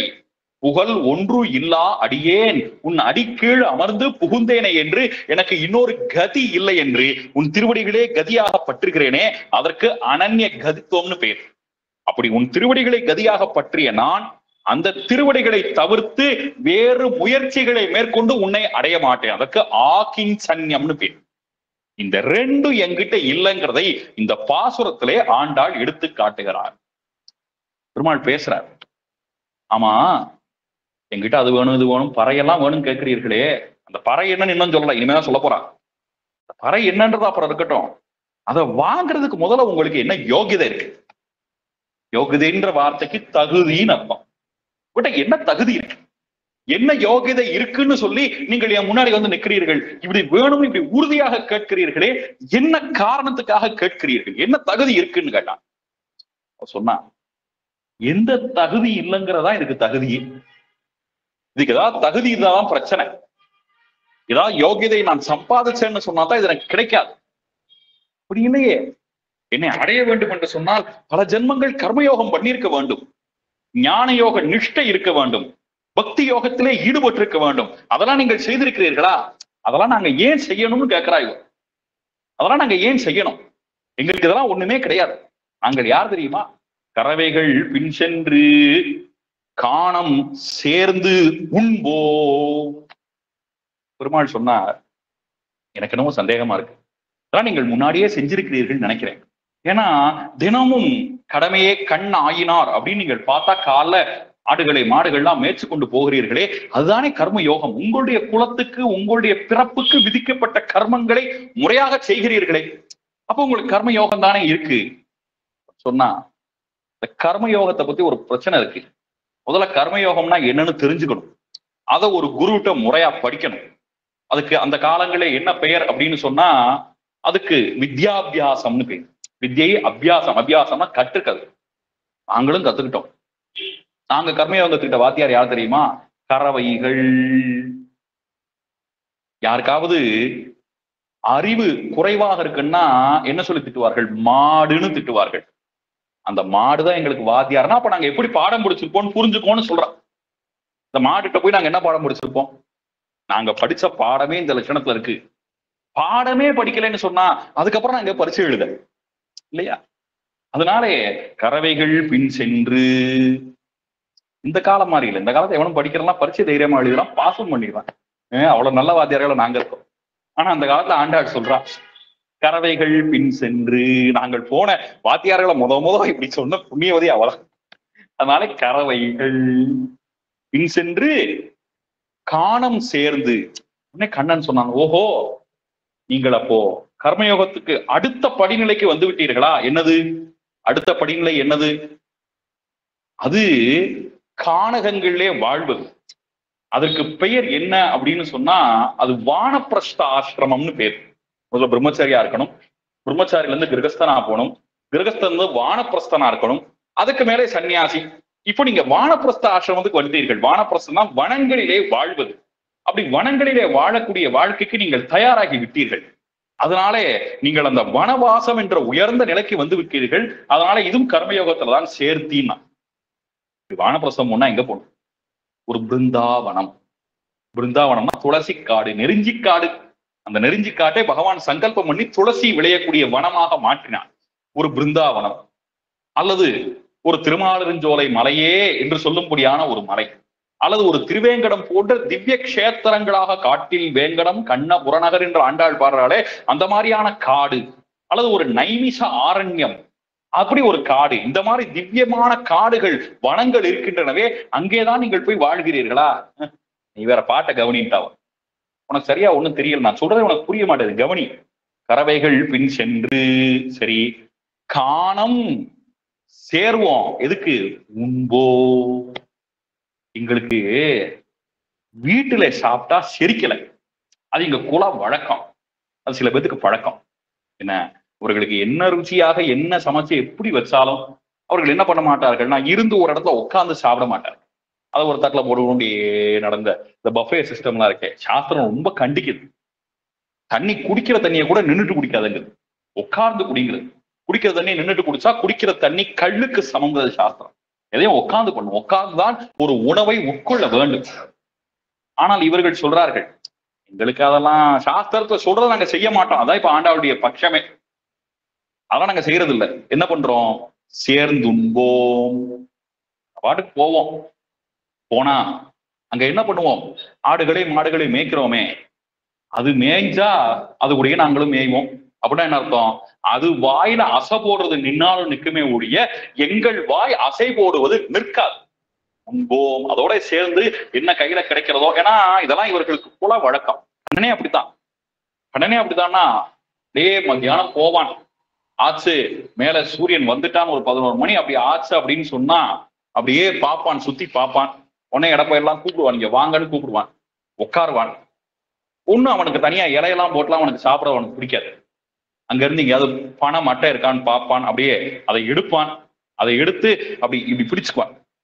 பிடிச்சிட்டு எத்தனை எத்தனை பாத்திரங்களை யார் யார் என்னென்ன கட்டமுது கொண்டு வந்திருக்கிறார்களோ எல்லாத்தையும் கொண்டு வந்து கொட்ட சொல்லுவான். கொட்டி அது பிடிச்சுக்கிட்டா அதுல வேற வெஞ்சனங்கள்லாம் வைக்கிறதுக்கு இடம் இருக்காது. அதனால விரல் 10 வச்சிருக்கேன். அதனால உங்க வீட்டுல என்னடாமா தொட்டுக்க என்னடா, கடிச்சுக்க என்னடான்னு கேட்பான். எங்க வீட்டுல மாங்காய் துண்டு இருக்கு அப்படின்பா. இந்த இதுல வை அப்படின்னு இதுல மாங்காய் வைப்பான். இதுல என்னடா இருக்கு? எலுமிச்சங்கா இருக்கு, இதுல வை. நார்த்தங்கா இருக்கு, இதுல வை. இப்படின்னு எல்லாத்தையும் இப்படி இந்த கை நிறைய பிரசாதம். இந்த கைகள்ல இந்த விரல்கள்ல அதுக்கு தொடுகறி ஊறுகாய் 2 வத்தல் இருக்கும், அதை இந்த பக்கம் வச்சுக்குவான். இந்த பக்கம் ஒரு சீனி வரக்கா இருந்தாலும் இந்த பக்கம் ஒரு மிளகா வத்தல், எல்லாத்தையும் இப்படி கையில வச்சுக்கொண்டு அதை இப்படி பொறுமையாவா சாப்பிட முடியும்? அப்படி கையில வச்சுக்கொண்டு அப்படியே, ஏன்னா அது கிருஷ்ணனுடைய பழக்கம், அதான் அவனுடைய இயல்பு. பட்டி மேய்த்ததோர் காரேறு பலதேவர்க்கு ஒரு கீழ்கன்றாய் இட்டிருட்டு விளையாட இங்கே போத கண்டீரே இட்டமான பசுக்களை இனிது மறித்து நீர் ஊட்டி. அவன் ட்ரைனிங் கொடுக்குறானா, அவனுடைய பசுக்களுக்கு எல்லாம் ட்ரைனிங் கொடுக்குறான். இங்க மனுஷாலா இருந்தா இப்படி கையில எடுத்து சாப்பிடணும். நீங்களாம் எப்படி சாப்பிட முடியும்? நான் உங்களுக்கு சொல்லித்தரேன். எப்படி தெரியுமா சாப்பிடணும்? உங்க வாய அப்படியே நேரா தண்ணியில கொண்டு போய் வச்சு இப்படியே உரியணும்னு சொல்லி கொடுக்கும். அந்த மாதிரி இவன் கையில இவ்வளவு பிரசாதங்களை வச்சுக்கொண்டு அப்படியே எடுத்து சாப்பிடுறான். இதெல்லாம் தான் காணம் சேர்ந்து உண்பது. கறவைகள் பின் சென்று காணம் சேர்ந்து உண்போ. ஓ, கர்மயோகத்தை காட்டிலும் உயர்ந்த ஞான யோகத்துக்கு என்ன வேலை? அறிவில்லை, அறிவு ஒன்றும் இல்லை, அறிவொன்றுமில்லாத ஐக்குலம். அப்போ ஞானம் இல்லை என்று சொன்னால் உங்களுக்கு பக்தி விசேஷமா இருக்கிறதோ? இதெல்லாம் படிக்கட்டு. கர்மயோகம், கர்மயோகம் முதிர்ந்தால் அதுல இருந்து அடுத்த ப்ரொமோஷன் ஞான யோகம். இந்த ஞான யோகம் நல்லா அமைஞ்சாதான் அடுத்த ப்ரொமோஷன் பக்தி யோகம். இதெல்லாம் ஒழுங்கா ப்ரொமோஷன் வாங்கிட்டே போனோம். நாம எடுத்த உடனே 10ஆம் கிளாஸே ஃபெயில் ஆகிட்டோம். இதுல எங்கிட்ட நம்ம போய் பக்தி யோகம் வரைக்கும் நம்ம தாண்டி போறது? அதுக்கெல்லாம் ஒண்ணும் வாய்ப்பு இல்லை ராஜான்டா. அப்ப என்னதான் உன் பிரச்சனைனா, அப்போ உனக்கு நான் அருள் செய்ய வேண்டுமே, நான் அருள் செய்வதற்கு எந்த தகுதியுமே இல்லையானா பிரபு. இந்த கர்மயோகம், ஞான யோகம், பக்தி யோகம்லாம் ஊர்ல எல்லாரும் பண்றாங்கல்ல, ஆமா, அவங்களுக்கெல்லாம் எப்படி அது நன்மை செய்கிறது? அது எங்க நன்மை செய்யுது? நான் பார்த்து கர்மயோகத்துக்கு பலன் கொடுக்கிறேன், நான் பார்த்து ஞான யோகத்துக்கு பலன் கொடுக்கிறேன், நான் பார்த்து பக்தி யோகத்துக்கு பலன் கொடுக்கிறேன், எல்லாமே நான் தானே கொடுக்கிறேன். அவ்வளவுதான். அப்படிப்பட்ட நீ எங்கள் வீட்டிலே பிள்ளையாக பிறந்திருக்கிறாய். உன்னையே நாங்கள் எங்களுக்கு சொத்தாக பிறந்து படைத்த பயன் என்று சொல்லுகிறார். இந்த ஆயர் குலத்திலே நாங்கள் பிறந்திருக்கிறோமே, அறிவொன்றும் இல்லாத ஆயர் குலம்னா என்ன? அறிவில்லை, கண்ணனை தவிர்த்து வேறொன்றை அறியாதவர்கள், கண்ணனை தவிர்த்து இன்னொரு தெய்வம் அறியாதவர்கள், கண்ணனுடைய திருவடிகளை தவிர்த்து மற்றொன்று அறியாதவர்கள். அப்படி உன்னை தவிர்த்து வேறொன்றும் அறியாமல் இருக்கிறோமே, எங்களுக்கு நீயே சொத்து. நீ கிடைச்சதுக்கு அப்புறம் இந்த கர்மயோகத்தை தனியா பண்ணுவாங்க, ஞான யோகத்தை தனியா பண்ணுவாங்க, பக்தி யோகத்தை தனியா பண்ணுவானே, எல்லாத்தையும் தனித்தனியா செய்யறதுக்கு என்ன தேவை இருக்கிறது? எல்லாவற்றையும் நீ பார்த்து கொள்ள மாட்டாயா? எல்லாவற்றையும் எங்களுக்கு நீயே தந்துவிட மாட்டாயா? அதனாலே யாவற்றையும் தருவதற்கு நீ இருக்கின்றாய். இந்த காலங்கள்ல இப்போ தலையெழுத்து டீச்சராவே அவங்க இருந்தாலும் அவங்க பிள்ளைகளை பள்ளிக்கூடத்துல போய் சேர்த்தாகணும்னு நிர்பந்தம். முந்தைய காலங்கள்ல ஒரு ஆசிரியர் இருக்கார், அவர்கிட்ட ஊர்ல இருக்க பிள்ளைகள்லாம் படிக்கும், அவர் பிள்ளைய தனியா ஒரு ஸ்கூல்ல போய் சேர்ப்பாரு? சேர்க்க கூடாது. அப்படி சேர்த்தாலும் அவருக்கு வித்வத்துவம் இல்லைன்னு அர்த்தம். அவரே என்ன பண்ணோம், இத்தனை பிள்ளைகளுக்கு ஞானத்தை உருவாக்கக்கூடிய தகப்பனுக்கு தன் பிள்ளைக்கு வேதம் கத்துக் கொடுத்து ஞானத்தை உருவாக்க தெரியாதா? அதே போல ஊர்ல இருக்கக்கூடிய எல்லாத்துக்கும் நீ அனுகிரகம் பண்ற, உன் பிள்ளைகள் நாங்கள், எங்களுக்கு நீயே அனுகிரகம் பண்ண வேண்டும். உன்னையே நாங்கள் நம்பி இருக்கிறோம், உன் திருவடிகளே கதி என்று இருக்கிறோம், நீ பார்த்து எங்களுக்கு எல்லாமே செய்வா என்கின்ற நம்பிக்கை இருக்கிறதுதான். அப்படியா? நான் பார்த்து எல்லாம் செய்வேனா? அப்படி நான் செய்வேன்னு எதை வச்சு நம்புகிறீர்கள்? குறை ஒன்றுமில்லாத கோவிந்தா. நாங்கள் யாரோ ஒரு காபுருஷன் சொன்னா ஏதோ ஊர் பேர் தெரியாத ஒருத்தனை நாங்கள் நம்புறோம்.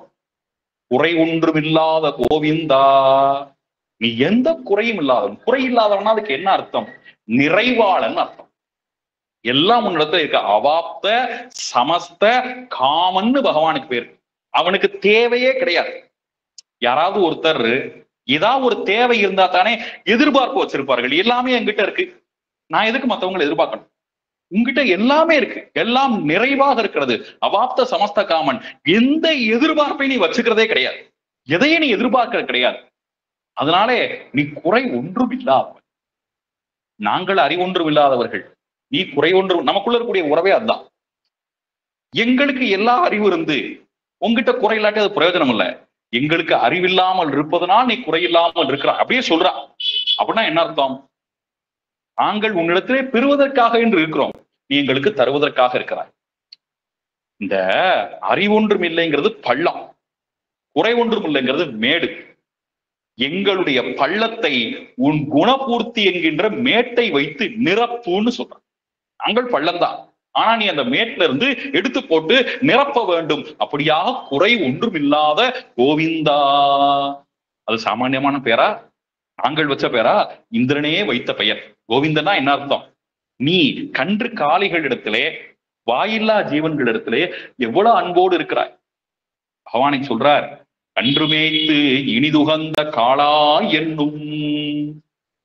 கன்று மேய்த்து இனிது உகந்தான். மாடுகளை மேய்ப்பதை அவன் ஒரு சிரமமாவே நினைக்கிறது இல்லை, அவனுக்கு சந்தோஷம். ஏன்னா இந்த மாடுகள் வாயில்லா ஜீவன், நம்மை நம்பித்தானே இந்த மாடுகள் இருக்கின்றன, நம்மை விட்டால் யார் இருக்கான்னு நினைக்கிறான். இங்கே இல்ல, பரமதத்துக்கு போனா கூட நினைக்கிறான், திவத்திலும் பசு நிறை மேய்ப்பு உவத்தின்ட்டான். அங்க பரமதத்துக்கு போய் கூட ஐயோ நாம் கண்ணாக பிறந்தோமே, இந்த மாடுகளை மேய்ச்சோமே, எவ்வளவு சந்தோஷமா இருந்துச்சு, எவ்வளவு சந்தோஷமா இருந்துச்சு. எங்க வாத்தியாரெல்லாம் சொல்லுவாங்க, உங்களை மேய்க்கிறதுக்கு 4 மாடு மேய்ச்சிக்கலாம். அந்த மாதிரி நம்ம அங்கிருந்து அவ்வளவு சந்தோஷமா இருந்துச்சு, அவ்வளவு சந்தோஷமா இருந்துச்சுன்னா அவ்வளவு சந்தோஷப்பட்டு கொண்டு எப்ப பார்த்தாலும் அவனுக்கு அந்த நினப்பாவே இருக்கிறது. திவத்திலும் பசு நிறை மேய்ப்பு உவத்தி என்று வாழ்கின்றானே, அப்படிப்பட்ட கோவிந்தன் லவாணி அந்த பசுக்களை நினைத்து கொண்டு அவர்களை காப்பதே உன் கடமை என்று கொண்டிருப்பவன். சரி, அவங்களை காப்பாத்தன்னு தலையெழுத்தா? நிர்பந்தமானு கேட்கறான். கண்டிப்பா காப்பாத்தே ஆகணுமான்னு கேட்கறான். ரொம்ப உரிமையா சொல்றான். இந்த பாசுரம் எல்லாம் ரசிக்கணும். ஆண்டாளுக்கு எவ்வளவு உரிமை இருக்கு பெருமாள்கிட்ட, எவ்வளவு அன்பா எவ்வளவு உரிமையா பேசுற. இதெல்லாம் ரொம்ப சம்ஸ்கிருதத்துல ரொம்ப கடினமா இருக்கு இந்த வியாக்கியானம். புஸ்தகத்தை வச்சு படிக்கல. ஏன்னா அதை கொஞ்சம் எளிமையா நாம பேசுறோம் எப்படி இருக்குன்றதுக்காக எளிமையா சொல்றேன். எவ்வளவு பாசமா எவ்வளவு உரிமையா பேசுறேன். இதெல்லாம் கண்டிப்பா நான் செய்ய எனக்கு நிர்பந்தமானு கேட்கறான். அவ சொன்னா, பிரபு ஒரு பிரணவம்னு ஒரு மந்திரம் இருக்கு தெரியுமான்னு கேட்கறேன். பிரணவமா அப்படின்னா இந்த பிரணவத்தை பார்த்திருக்கியா நீன்னு கேட்கறேன். பிரணவம் எப்படி இருக்கு? ஆ, உ, மா என்று 3 தனித்தனியா இருக்கு. இந்த அகார பாஷையான பகவான் இருக்கான, ஆ என்கின்ற எழுத்துக்குரிய பகவான் இருக்கிறானே, அவ்வானவர்க்கு மவ்வானவர், மா என்கின்ற எழுத்திலே காட்டப்பட்ட ஜீவாத்மா இருக்கிறதே, உவ்வானவர் அடிமை, ஊ என்கின்ற எழுத்தினாலே காட்டப்படக்கூடிய அடிமை. அடிமைனா என்ன அர்த்தம்? அந்த ஆ என்கின்ற எழுத்து, மா என்கின்ற எழுத்துக்குரிய ஜீவன் இருக்கிறானே, அந்த ஜீவனுக்கு உரியதான தலைவன். உனக்கும் நமக்கு இருக்கக்கூடிய உறவு இருக்கே, இதை யாரும் செயற்கையாக உருவாக்கிக்கிட்டது கிடையாது. செயற்கையாக உருவாக்குனா அதுக்கு ஔபாதிக சம்பந்தம்னு பேர். செயற்கையா உருவாக்குற, செயற்கையானா என்ன? ஒரு பெண் எங்கேயோ இருப்பா, இந்த பையன் எங்கேயோ இருப்பான், அவர்களை யாரோ ஒரு சந்தர்ப்பம் சூழ்நிலை உருவாக்கி தெய்வம் என்ன பண்ணும்? அவர்களை கூட்டி வச்சிரும். அப்புறமா கணவன் மனைவின்னு ஒரு புது உறவு, அப்புறம் அவர்கள்ட்ட இருந்து குழந்தைகள், அந்த குழந்தைகளுக்கு தாய் தந்தையின் உறவு. இதெல்லாம் ஏதோ எங்கெங்கயோ யாரோ பிறந்து எப்படியோ உருவாகிறது. ஆனால் பகவானுக்கு நமக்கு இருக்கக்கூடிய உறவு இருக்கிறதே, அதற்கு நிரவுபாதிகம். நிரவுபாதிகம்னா ஒரு காரணத்தினாலே விளையக்கூடிய உறவு அல்ல. எப்பவுமே அவர் பகவான் தான், நான் எப்பவுமே அவருக்கு சுவாமி, அவருக்கு நான் தொண்டன் தான். இந்த ஜென்மத்திலே இவள் மனைவியாக இருக்கிறாள், அடுத்த ஜென்மத்துல அவளே தாயா இருக்கலாம், அதுக்கு அடுத்த ஜென்மத்திலே அவள் நமக்கு சம்பந்தமே இல்லாம நமக்கு எதிரியா வந்து பிறக்கலாம். அடுத்தடுத்த ஜென்மங்கள்ல யார் எப்படி பிறப்பார்கள் நமக்கு தெரியவே தெரியாது. நாம ஆசைப்பட்டுக்கலாம். ஒரு பழைய சங்கீத கேட்பான், அவ சொல்றா, நீயே ஆகியர் என் கணவனை, யானே ஆகியர் நின் நெஞ்சு நேர்பவளேன்னு சொல்றான். எப்படி? இம்மை மாறி மறுமை ஆகினும், இந்த பிறப்பு மாறி அடுத்தடுத்த ஜென்மங்கள் வந்தா கூட அவ சாமி அவ கும்பிடுறா, நீயே ஆகியர் எம் கணவனை, யானே ஆகியர் நின் நெஞ்சு நேர்பவளை, உன்னுடைய மனசுல நான் மட்டும்தான் இருக்க வேண்டும்னு அவ சொல்றான். அவன் ரொம்ப வருத்தப்படுறான், இந்த ஒரு ஜென்மத்துக்கு என்னால அவசை தாங்க முடியல, இப்ப 7 ஜென்மத்துக்கு சாமி கும்பிடுறான்னு அவன் வருத்தப்படுறான். அதனால உலக வழக்கம் இது. அவர்கள் நாம் 1000 ஆசைப்படலாம், ஆனால் பகவானுக்கு நமக்கு இருக்கக்கூடிய சம்பந்தம் இருக்கிறதே, அது எப்படிப்பட்டது? இம்மைக்கும் 7 பிறவிக்கும் பற்றாவான் நம்மை உடையவன் நாராயணன் நம்பி. அவன் நம்மை உடையவன், நமக்கு சுவாமி, நம்முடைய தலைவன். இது இன்னைக்கு நேத்து உருவானதில்ல, இதை நான் போக்கிக்கிறேன். சில சமயங்கள்ல தாயும் பிள்ளைக்கும் கோபம் வந்துடும், நீ எனக்கு அம்மாவும் இல்லை, நான் உனக்கு பிள்ளையும் இல்லை அப்படின்னு வீரவசனம் பேசலாம். அக்கா இல்லைன்னா ஆயிருமா? அந்த குடல் தொடக்குன்னு ஒண்ணு இருக்கு. இந்த தாயினுடைய குடல்லே, தாயுடைய வயிற்றுலதான் அந்த பிள்ளை இருந்தது. அவள் சொல்லலாம், உனக்கு நீ எனக்கு பிள்ளை இல்லைன்னு சொல்லலாம், அந்த உண்மை இல்லாம போயிருமா? அந்த வயிற்றுல அதை போல 7 14 உலகங்களும் பெருமாளுடைய வயிற்றுக்குள்ள இருந்தது. அவனுடைய வயிற்றுக்குள்ள இருந்து அவன் பிரம்மாவை படைச்சு, பிரம்மா மூலமாக நாம் வெளில வந்திருக்கிறோம். எல்லாரும் அவன் வயிற்றுல இருந்திருக்கிறோம். நமக்கு அவனுக்கு என்ன இருக்கு? குடல் தொடக்குன்னு இருக்கு. சொல்ற, ஒரு குடநீர் வார்த்து போகும் சம்பந்தமும். இந்த உலகத்துல எவ்வளவு நெருக்கமான பந்தமா இருந்தாலும் அந்த பந்தத்தை ஒழிக்கிறதுக்கு ஒரே ஒரு வழிதான். ஒரே ஒரு குடம் தண்ணி, ஒரு மண் குடத்திலே தோல்லே குடத்தை வைத்துக் கொண்டு வச்சு சுத்தி 3 தடவை ஓட்ட போட்டு அடிச்சு போட்டு முச்சந்தில உடைச்சிட்டா இனி அந்த உறவுக்கும் நமக்கும் சம்பந்தம் இல்லை. அவ்வளவுதான், கதை முடிஞ்சதுன்னு அர்த்தம். அப்படித்தான் ஒரு உறவை முறிப்பார்கள். அந்த காலங்கள்ல ஒரு துரும்பு இருக்கும், அந்த துரும்பை எடுத்து அப்படி போட்டார்கள்னா தீர்ந்ததுன்னு தீர்த்திருவார்கள். அப்படியாக உடனே 4 பேரை வச்சு தீர்த்திட முடியுமா? இல்ல ஒரு குடம் தண்ணீர போயிருமா நமக்கும் உனக்கு இருக்க உறவு? போகவே போகாது. இதுக்கு பெயர் தான் ஆண்டாள் சொல்றா, ஒழிக்க ஒழியாது. நீ நினைச்சாலும் போகாது, நான் நினைச்சாலும் போகாது. பகவானே நினைக்கிறான், இந்த ஜீவாத்மாக்களா ரொம்ப இம்சை, விஷம ஜீவாத்மாக்களை பூரா நாம ஏதாவது பண்ணிடுவோம், இந்த ஜீவாத்மாக்களோட நம்ம டைவர்ஸ் பண்ணிடுவோம் பகவான் நினைக்க முடியுமா? அவனும் முடியாது. இல்ல நாம தான், நமக்கும் பெருமாளுக்கு என்ன சம்பந்தம் இருக்கு? பெருமாளையே வேண்டாம் நம்ம நினைக்க முடியுமா? அப்படியும் முடியாது. ஏதோ ஒரு வகையில பகவான் நம்மை ஆட்கொள்ள, அது அவனுக்கு கடமை. நம்மாழ்வார் அவர் பெருமாளே நினைச்சிட்டே இருந்தார். யோசிச்சு பார்த்தா அந்த பெருமாள் ஒண்ணும் கிடைக்கிற மாதிரி தெரியல, பெருமாளும் நமக்கு ரொம்ப கஷ்டமா இருக்கு, பேசாம அந்த பெருமாளை மறந்துருவோம்னு நினைச்சார். மறந்துருவோம்னா சுத்தி முத்தி பார்த்தா எல்லா இடத்திலையுமே கண்ணன் கண்ணன் கண்ணன் இருந்தது. இந்த கண்ணனே இல்லாத ஒரு உலகத்துக்கு போன எங்கேயோ தேடி போய் ஒரு குட்டி சுவர் இருந்தது. இந்த குட்டி சுவத்துல போய் ஒளிந்து கொண்டார். கண்ணன் பேரே கேட்கக்கூடாது, நாராயணன்ற பேரே கேட்கக்கூடாது, அப்படின்னு காதை குத்தி கொண்டு உட்கார்ந்து இருக்கார். யாரோ ஒருத்தன் வழிபோக்கன் வந்தான். வந்து சும்மாவாத அந்த மூட்டையை வச்சிருக்கலாம். வைக்கிறப்ப என்ன சொன்னானா, ஸ்ரீமன் நாராயணா அப்படின்னு சொல்லி வச்சானா மூட்டை. இந்த பேரைத்தானே காதல கேட்கக்கூடாதுன்னு நினைச்சேன். ஆனால் பகவான் எப்படியாவது என்னை ஆட்கொள்ள வேண்டும் என்று இந்த காதல அவன் பேரை கேட்க வைக்கிறானே. செல்வநாரணன் என்ற சொல் கேட்டாலும் மல்கும் கண்பணி நாடுவன் மாயமே, அல்லும் பகலும் இடைவீடென்றி நல்கி என்னை விடான் நம்பி நம்பியே. நல்கி என்னை விடான், அவன் என்னை எக்காரணம் கொண்டு கைவிடுவது. அவன் தான் டயலாக் சொல்லணும். நான் உன்னை கைவிடுவது இல்லை என்று அவனுக்கு தான் சொல்றதுக்கான உரிமை இருக்கிறது. அவனே நினைச்சாலும் நம்மை கைவிட முடியாது. இதற்குத்தான் சம்பந்த ஞானம்னு பேரு. 1 2 இல்ல 9 விதமான சம்பந்தங்கள் இருக்கின்றன.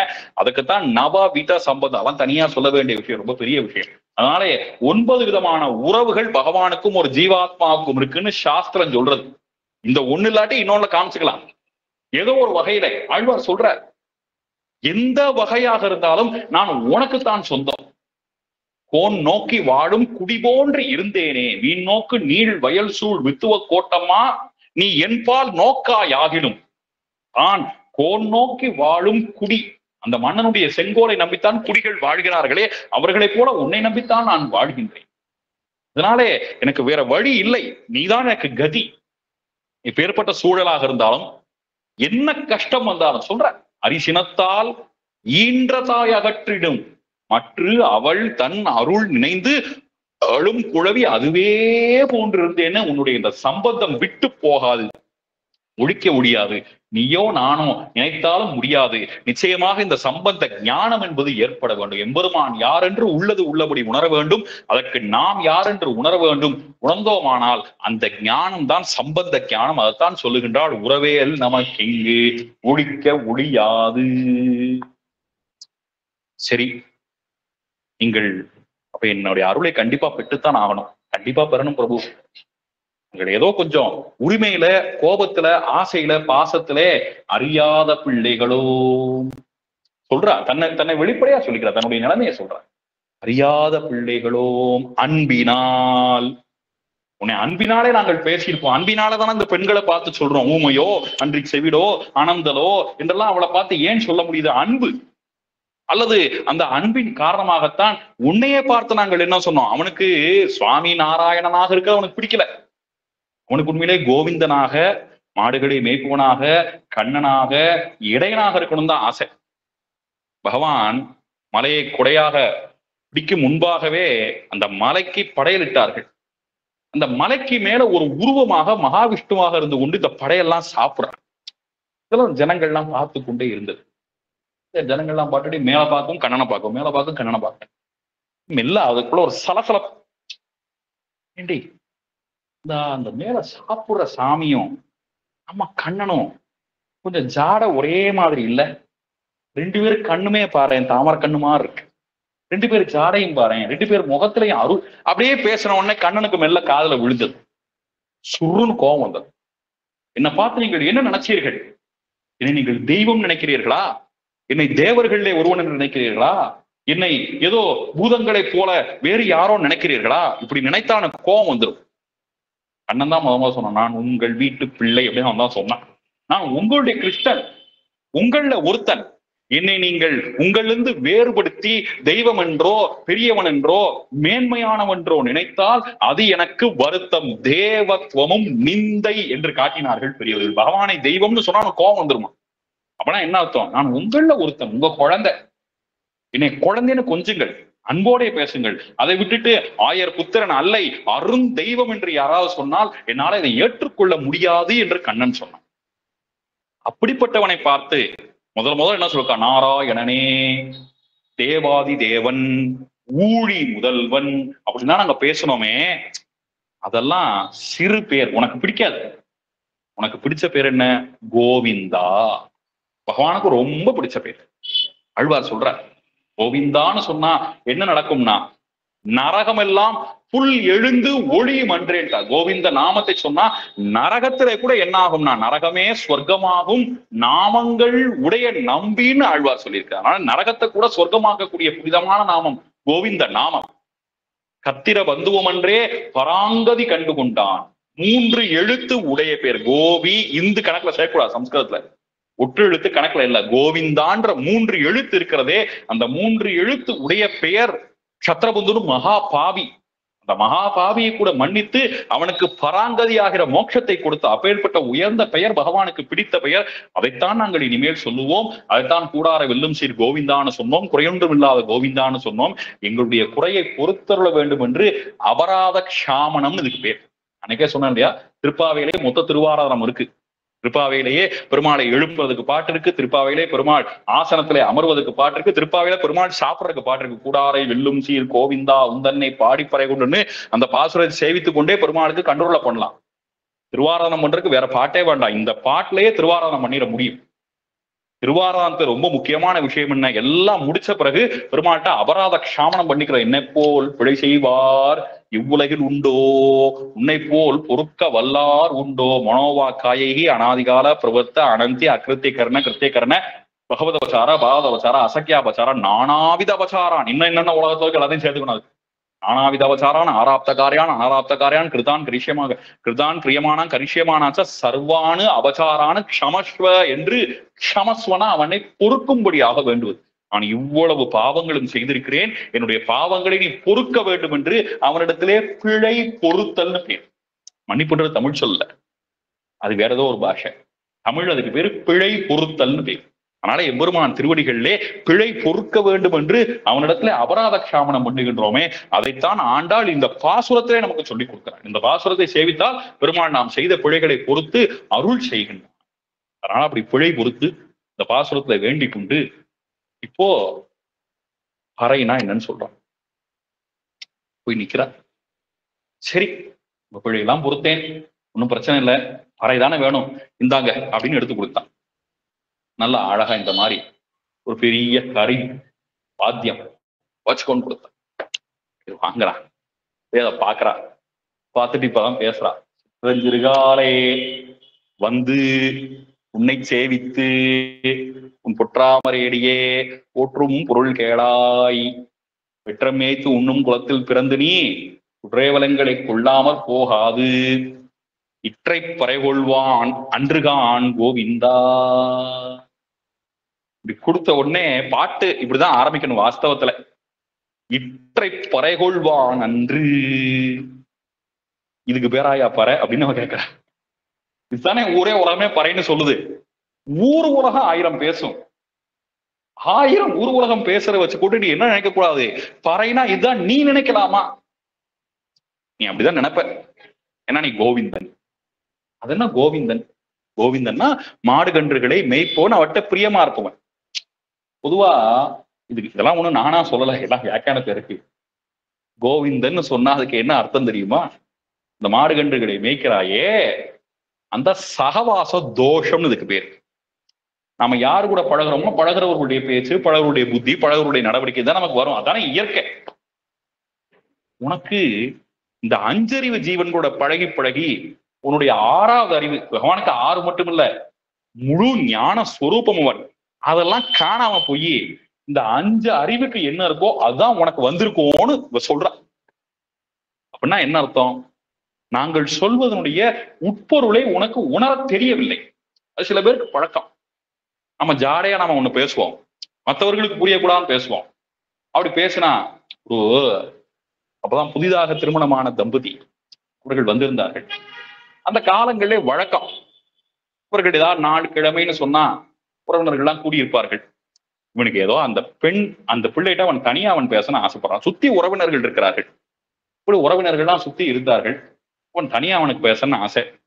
அவர்கிட்ட போய் நான் என் மனைவிட்ட தனியா பேச போறேன், நீங்க எல்லாம் பொங்கல் அப்படின்னு இந்த காலத்துல நம்ம சொல்றோம் இல்லையா, அந்த மாதிரிலாம் போய் அந்த காலங்களில் பேசுறதுக்கு கற்பனையே பண்ணி பார்க்க முடியாது. அவன் நேரடியா வாய் விட்டு சொல்லவும் கூடாது, அது அநாகரீகம்.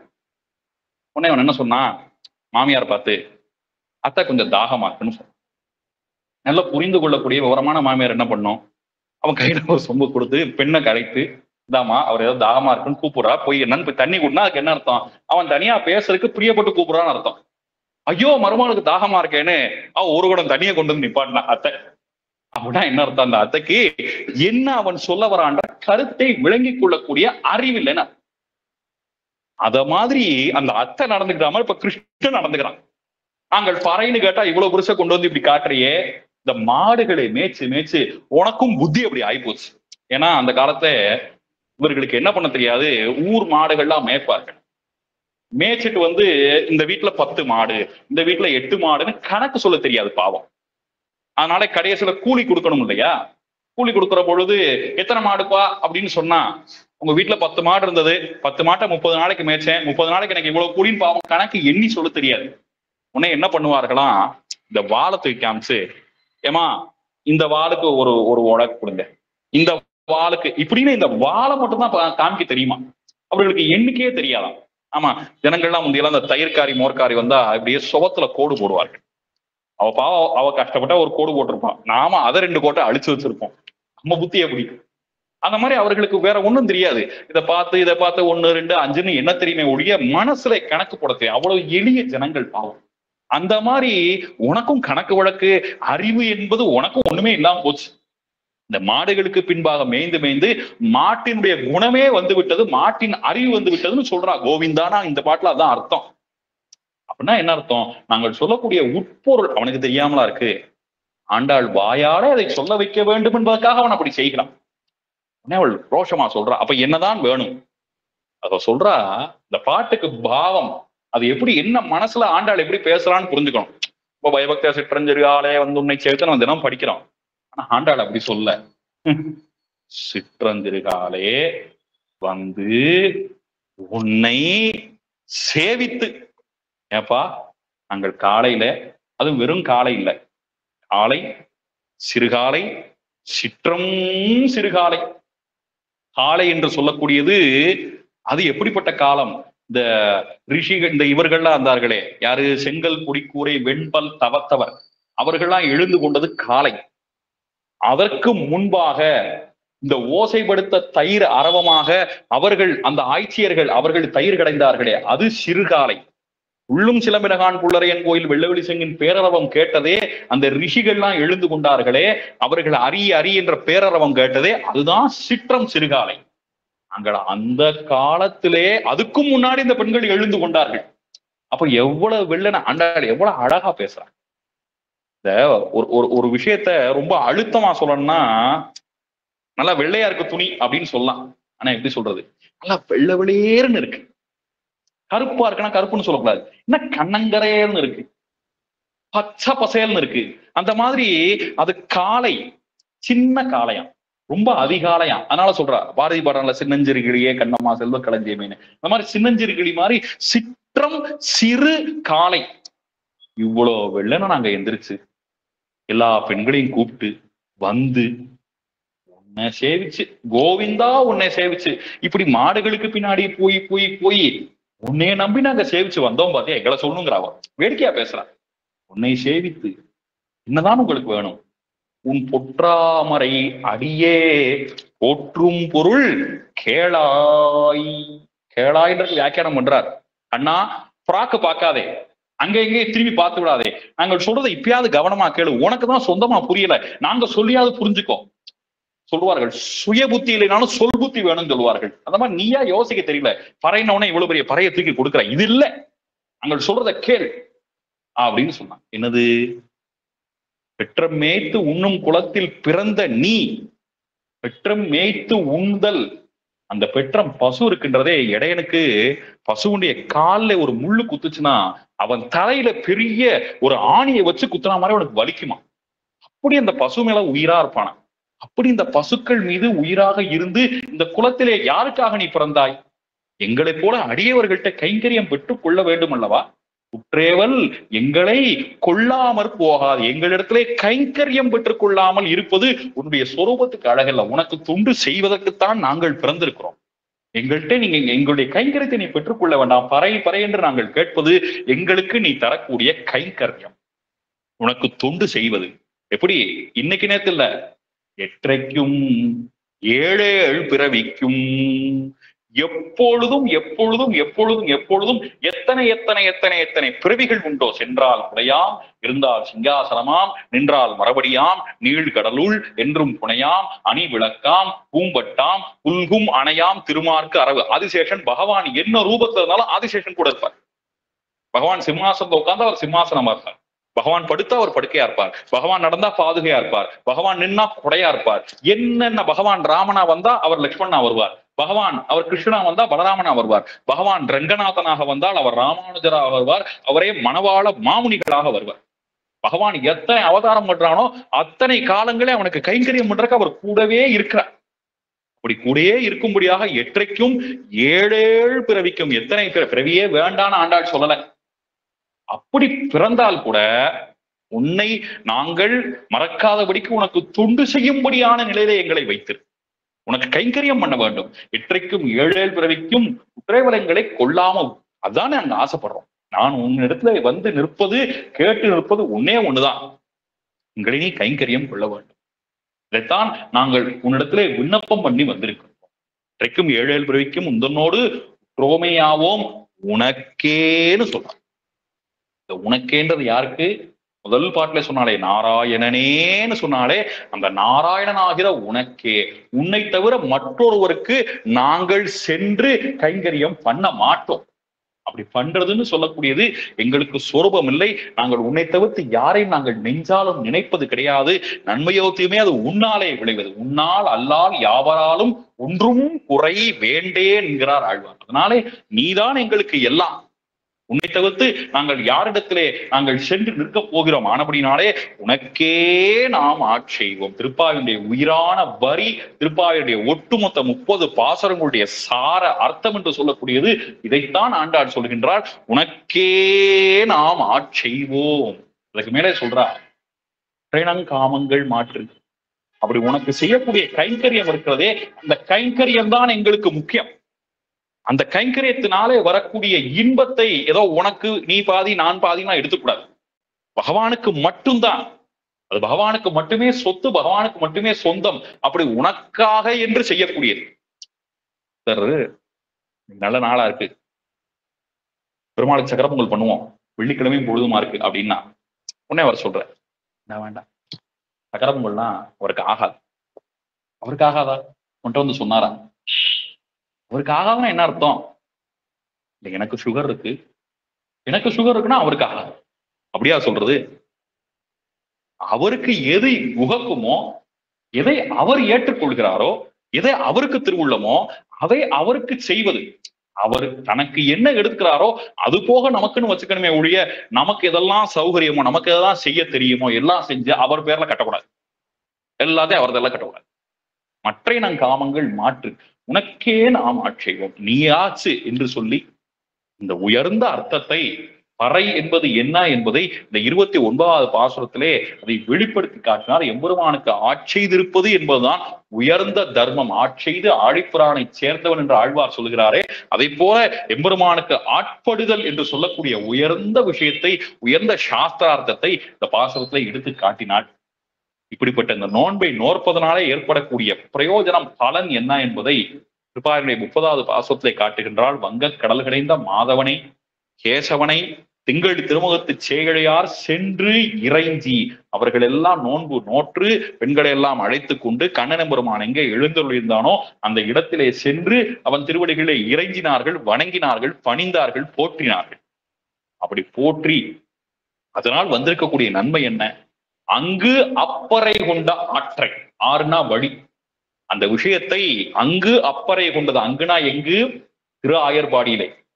அங்கு அப்பறை கொண்ட ஆற்றை இங்கு இப்பரிசு உரைப்பார். இங்குன்றது ஆண்டாள் திருப்பாவை பாடுற போல ஸ்ரீவில்லிபுத்தூர்ல வந்து பாடுறான். இது நடந்தது திருவாயர்பாடியிலே. அவள் அந்த பாசுரத்தை பாடுறது ஸ்ரீவில்லிபுத்தூர்ல. இங்கு எப்பரிசு உரைப்பார். இங்குன்னா இங்குந்தான் எங்க வெங்கடாசலபுரத்திலே நாம இருந்து இந்த கண்ணன் திருவுன்பாக சேவிக்கிறோமே, இதுவும் இங்குதான். இப்படி நாம் சொல்றோமே, இதனாலே கிடைக்கக்கூடிய நன்மை யாருக்கு? அவ சொல்றா, எங்கும் திருவருள் பெற்று என்பொருவர். ஆண்டாளுடைய பரந்த மனசு இருக்கே, ஒண்ணு நாம ஏதாவது ஒண்ணு அமைச்சுக்கிறோம்னா என்ன சொல்றோம், தனக்கு போகாதான் தகனம் தர்மம். ஆண்டாள் அப்படி சொல்ல, அவளுக்கு குறுகிய மனசு இல்ல. அவ என்ன சொல்றா, மழை பெய்கிற பொழுதே அந்த தேங்காதே புக்கிருந்து சீத்த முளை பற்றி வாங்க குடமைக்கு வள்ளல் பெரும்பசுக்கள் நீங்காத செல்வம் எல்லா இடங்களையும் நிறையணுங்கிறான். தீங்கு இன்றி நாடு எல்லாம் திங்கள் மும்மாறி பெய்யணுங்கிறான். இங்கு எங்கு பரிசுரைப்பார், எங்கும் திருவருள் பெற்று இன்புறுவர். யாருடைய திருவருள்? செங்கண் திருமுகத்து செல்வ திருமால். இந்த செங்கண் திருமுகத்து செல்வ திருமாலாக இருக்கக்கூடிய பகவான் இருக்கிறானே, அவனுடைய திரு அருளால்.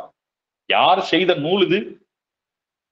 பைங்கமல தண்டறியல் பட்டர்பிரான் கோதை சொன்ன சங்க தமிழ் மாலை.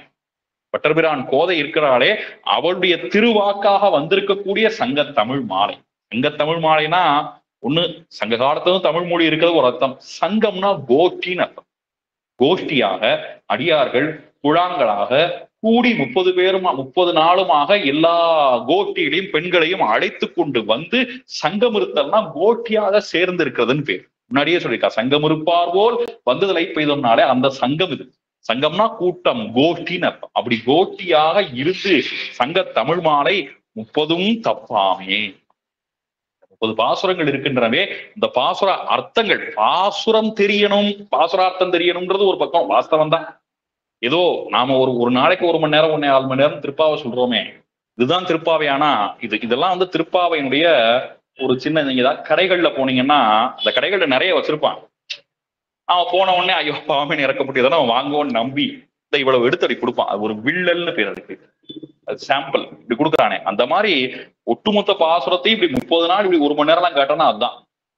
எங்க சுவாமி, எங்க ஜீயர் சுவாமி இதே திருப்பாவே 1 வருஷம் மார்கழி ஆரம்பிச்சு அடுத்த வருஷம் கார்த்திகைல தான் அவர் சாத்துமுறை பண்ணார். அப்படி 1 வருஷ காலம் இதே பாசுரம் 30 பாசுரத்துக்கு அர்த்தம் சொல்லி எல்லாம் பெரியவர்கள்லாம் சொல்லலாம் அப்படின்னு கேட்டிருக்கேன். ஏன் சொல்றேன்னா அது ரொம்ப உயர்ந்த செல்வம். பராசர பட்டர் என்று ஒரு சுவாமி ஒரு தடவை கேட்டானா, திருப்பாவே ஆண்டாள் எவ்வளவு பக்தி பூர்வமா பாடியிருப்பா. அப்படி பக்தி பூர்வமா பாடினா அவளுக்கு எம்பெருமான் பறை கொடுத்தான்றது நியாயம் இருக்கு. நாம அப்படியா பாடுறோம்? என்னன்னா ஹாஸ்டல்ல காலைல நான் திருப்பா பாடி யாரும் கேட்டக்கூடாது. ரயில் இருக்கே, அந்த ரயில்லாம் தோத்து போயிடும். அவ்வளவு வேகமா காலையில திருப்பாவை கடை பல பேர், இது அடின்னு மட்டும் சொல்ல, பலருக்கு திருப்பா மனப்பாடமா வர இருக்குமா, ஆனா விறுன்னு பாடுறத பார்த்தா ஆண்டாளுக்கே வருத்தமாயிடும். இப்பெல்லாம் இவ்வளவு மோசமா அந்த பாட்டை நீங்கள் பாடுறீங்களுக்கு கோவமே பட்டுருவோம். நிதானமா பாடக்கூடிய பெரியவர்கள் இருக்கிறார்கள். அப்படியே ஒவ்வொரு சொல்லுக்குமாக உருகி பாடக்கூடிய பெரியவர்கள் இருக்கிறார்கள். ஆனா இப்பெல்லாம் அவசர கதியிலே மார்கழி மாசமா இருக்கு, நமக்கு ஏதோ வேலைகள் இருக்கு அப்படின்னு பல வேலைகளுக்கு மத்தியில எங்க நாம பூர்ணமா, எங்க நாம பொறுமையா, எங்க நாம சேவிக்கிறதே நாம இவ்வளவு வேகமா சேவிக்கிறோம். அதனுடைய அர்த்தங்கள்லாம் நம்ம மனசுல நிக்குமா? அப்போ ஆண்டாளுடைய அருள், கண்ணனுடைய அருள் நமக்கு கிடைக்காதா? பராசர பட்டர் சொன்னா 30 பாட்டும் கண்டிப்பா சேவிக்கணும், 30ம் தப்பாமே. இல்லையா சிற்றஞ்சிறு காலையாவது சேவிக்கணும். இல்லை என்னால அதுவும் முடியலனா ஒன்னும் கவலைப்படாத, நாம் இருக்கும் நிலையை நினைப்பதுன்ட்ட பராசர பட்டர் இருக்கிறாரே, அவர் எப்பேற்பட்ட மகான். அவருக்கு அறுவை சிகிச்சை பண்ணணும். அறுவை சிகிச்சை பண்ண இந்த காலத்து மாதிரி மயக்க மருந்தெல்லாம் போட்டுலாம் பண்ண முடியாது.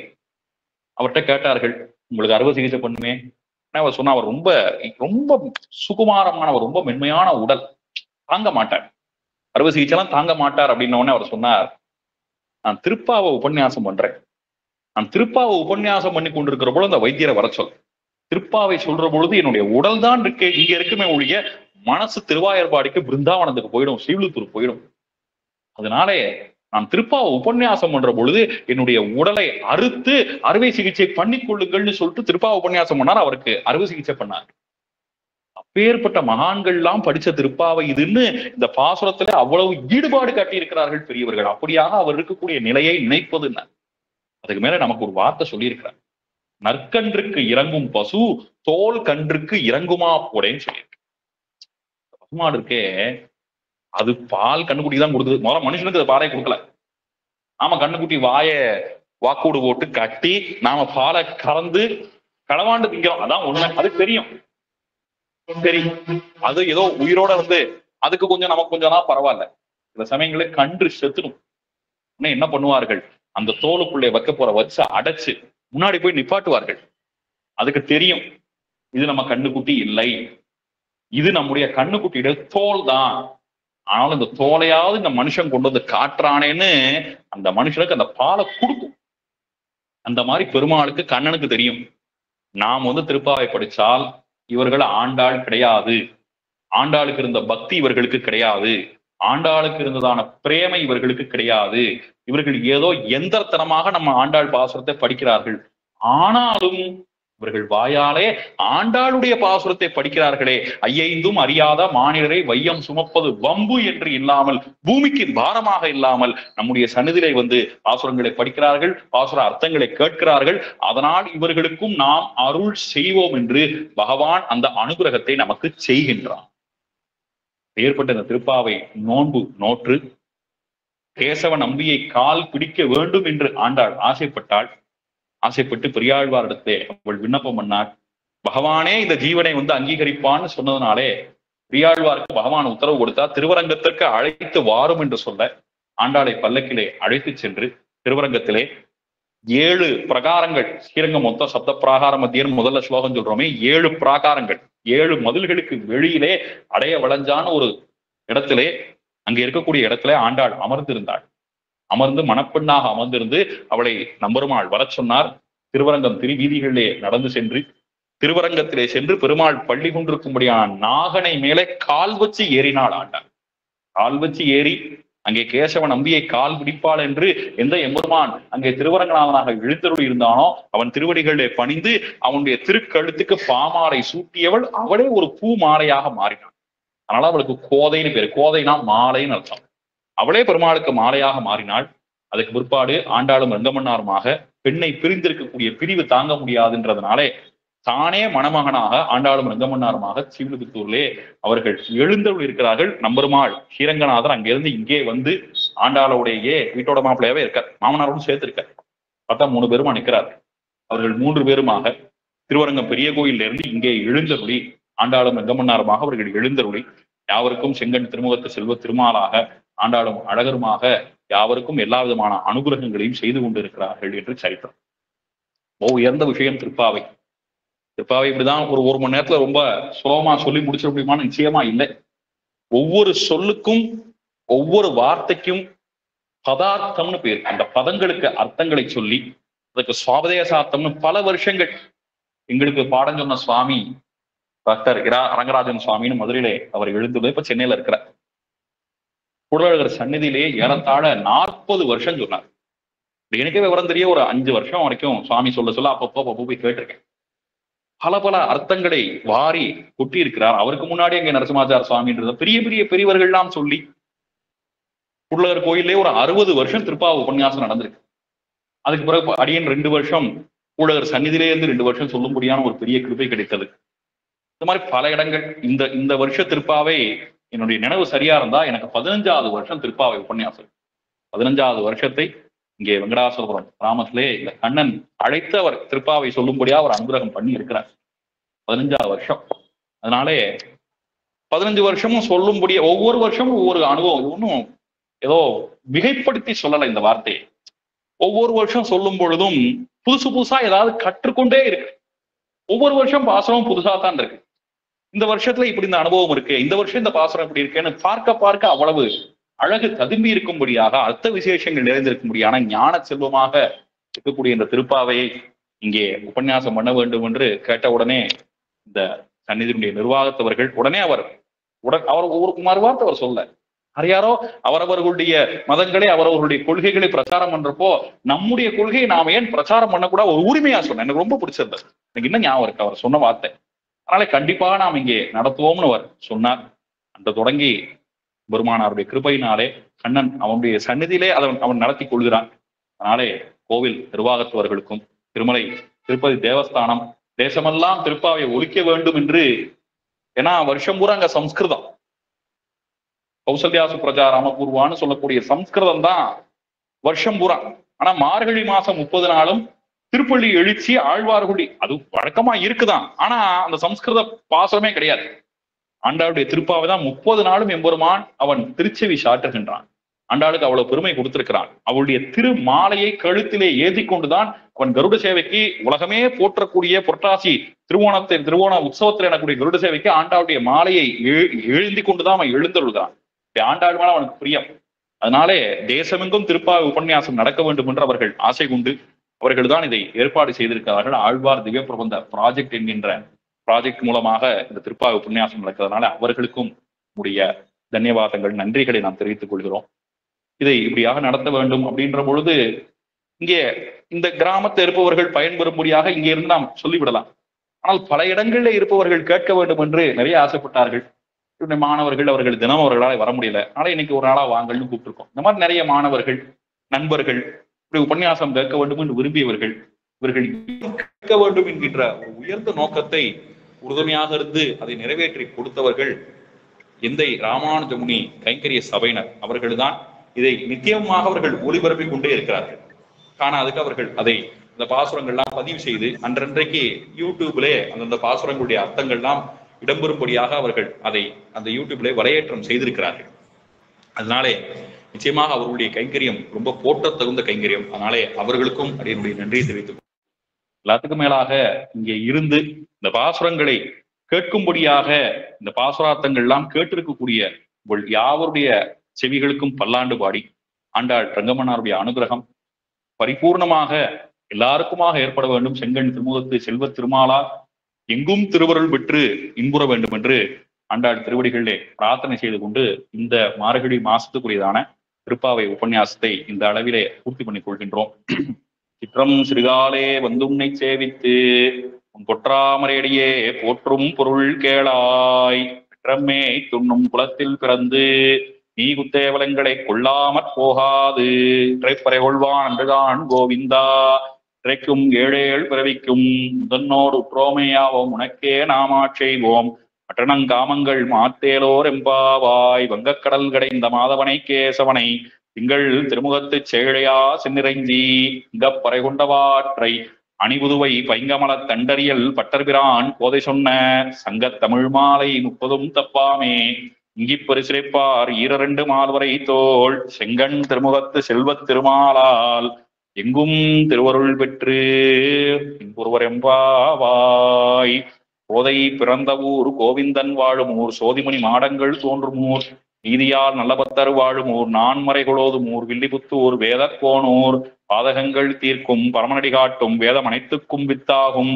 கோதை தமிழ் 5 அறியாத மானிடரை வையம் சுமப்பதும் வம்பு திருவாடிப்பூரத்து சகத்துதித்தாள் வாழியே திருப்பாவை 30 செப்பினாள் வாழியே பெரியாழ்வார் பெற்றெடுத்த பெண்பிள்ளை வாழியே பெரும்பூதூர் மாமுனிக்கு பின்னானாள் வாழியே 143 வாழியே உயர் அரங்கற்கே கண் உகந்தளித்தாள் வாழியே மறுவாரம் திருமல்லி வடநாடி வாழியே வன்புதுவை நகரு கோதை மலர் பதங்கள் வாழியே ஸ்ரீமத்யை விஷ்ணு சித்தார்ய மனோநந்தன ஹேதவே நந்தநந்தன சுந்தர்யை கோதாய நித்தியமங்கலம் ஸ்ரீமதே ரம்யஜா மாத்ரு முனீந்திராய மகாத்மனே ஸ்ரீரங்கவாசினே பூயான் நித்யஸ்ரீ நித்தியமங்கலம் மங்களா சாசனபரைஹி மதாச்சாரிய புரோகமைஹி சர்வைச பூர்வைஹி ஆச்சாரியைஹி திருதாயாஸ்து மங்களம். ஆழ்வாரம் பெருமானார் ஈகர் திருவடிகளே சரணம். ஆண்டாள் திருவடிகளே சரணம். அண்ணன் திருவடிகளே சரணம். இதுவா உபன்யாசங்கள் முடிச்சா உபன்யாசங்களை பத்தி 2 வார்த்தை பேசுறது ஒரு வழக்கத்தை இருக்கிறது. என்னுடைய மாணவி கீர்த்தனா என்கிட்ட MA படிக்கிற ஒரு சந்தோஷம். பொதுவா நாமெல்லாம் வைஷ்ணவ குடும்பத்துல பிறந்திருக்கிறோம், நமக்கெல்லாம் ஒரு வைஷ்ணவ பின்னணி இருக்கு, திருப்பாவை கேட்கிறோன்றது ஒரு சந்தோஷமான விஷயம். ஆனால் அவர்கள் தமிழ் இலக்கியம் படிக்கக்கூடிய மாணவர்கள். ஆண்டாளுடைய பாசுரத்தை சங்க தமிழ் மாலை என்று சொல்லுகின்றோம், கோதை தமிழ் என்று சொல்லுகின்றோம். அந்த ஒரு காரணத்துக்காகவே அந்த பாசுரங்களுடைய அர்த்தங்களை கற்க வேண்டும், கேட்க வேண்டும் என்று இந்த காலத்திலே இப்படி மாணவர்கள் ஆசைப்படுறது கொஞ்சம் அரிதான ஒரு விஷயம். ஆனாலும் கூட விடாமல் திருப்பாவை முதல் நாள் பாசுரத்திலிருந்து தொடர்ந்து இன்னைக்கு பாசுரம் வரையிலுமாக என்னுடைய மட்டும் இன்னும் 2-3 பேர் கேட்டார்கள்னாலும் கூட இன்னைக்கு அவளுக்கு தான் வரதுக்கு சந்தர்ப்பம் கிடைச்சிருக்கிறது. அதனாலே ஒரு 2 வார்த்தைகள் எப்படி இருந்தது, அவர்களுக்குன்னு ஒரு அனுபவம் இருக்கும் இல்லையா, அதனாலே அவருடைய அனுபவத்தை உங்கள் யாவர் சார்பாகவும் பகிர்ந்து கொள்ளும்படியாக கேட்டுக்கொள்கிறேன். பேசுவாங்க.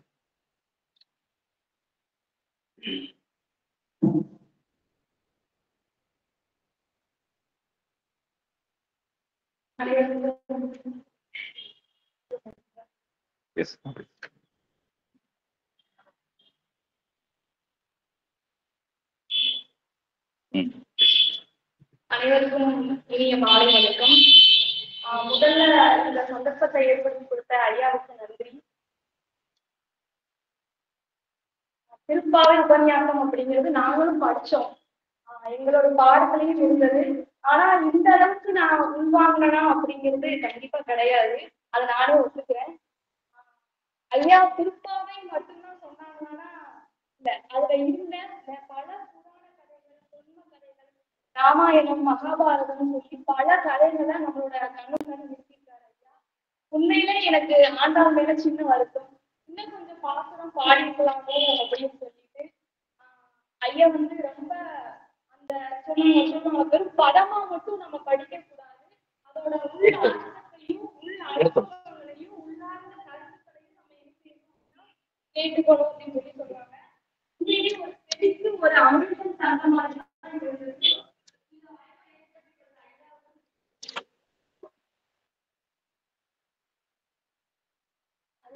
பேசலாம்.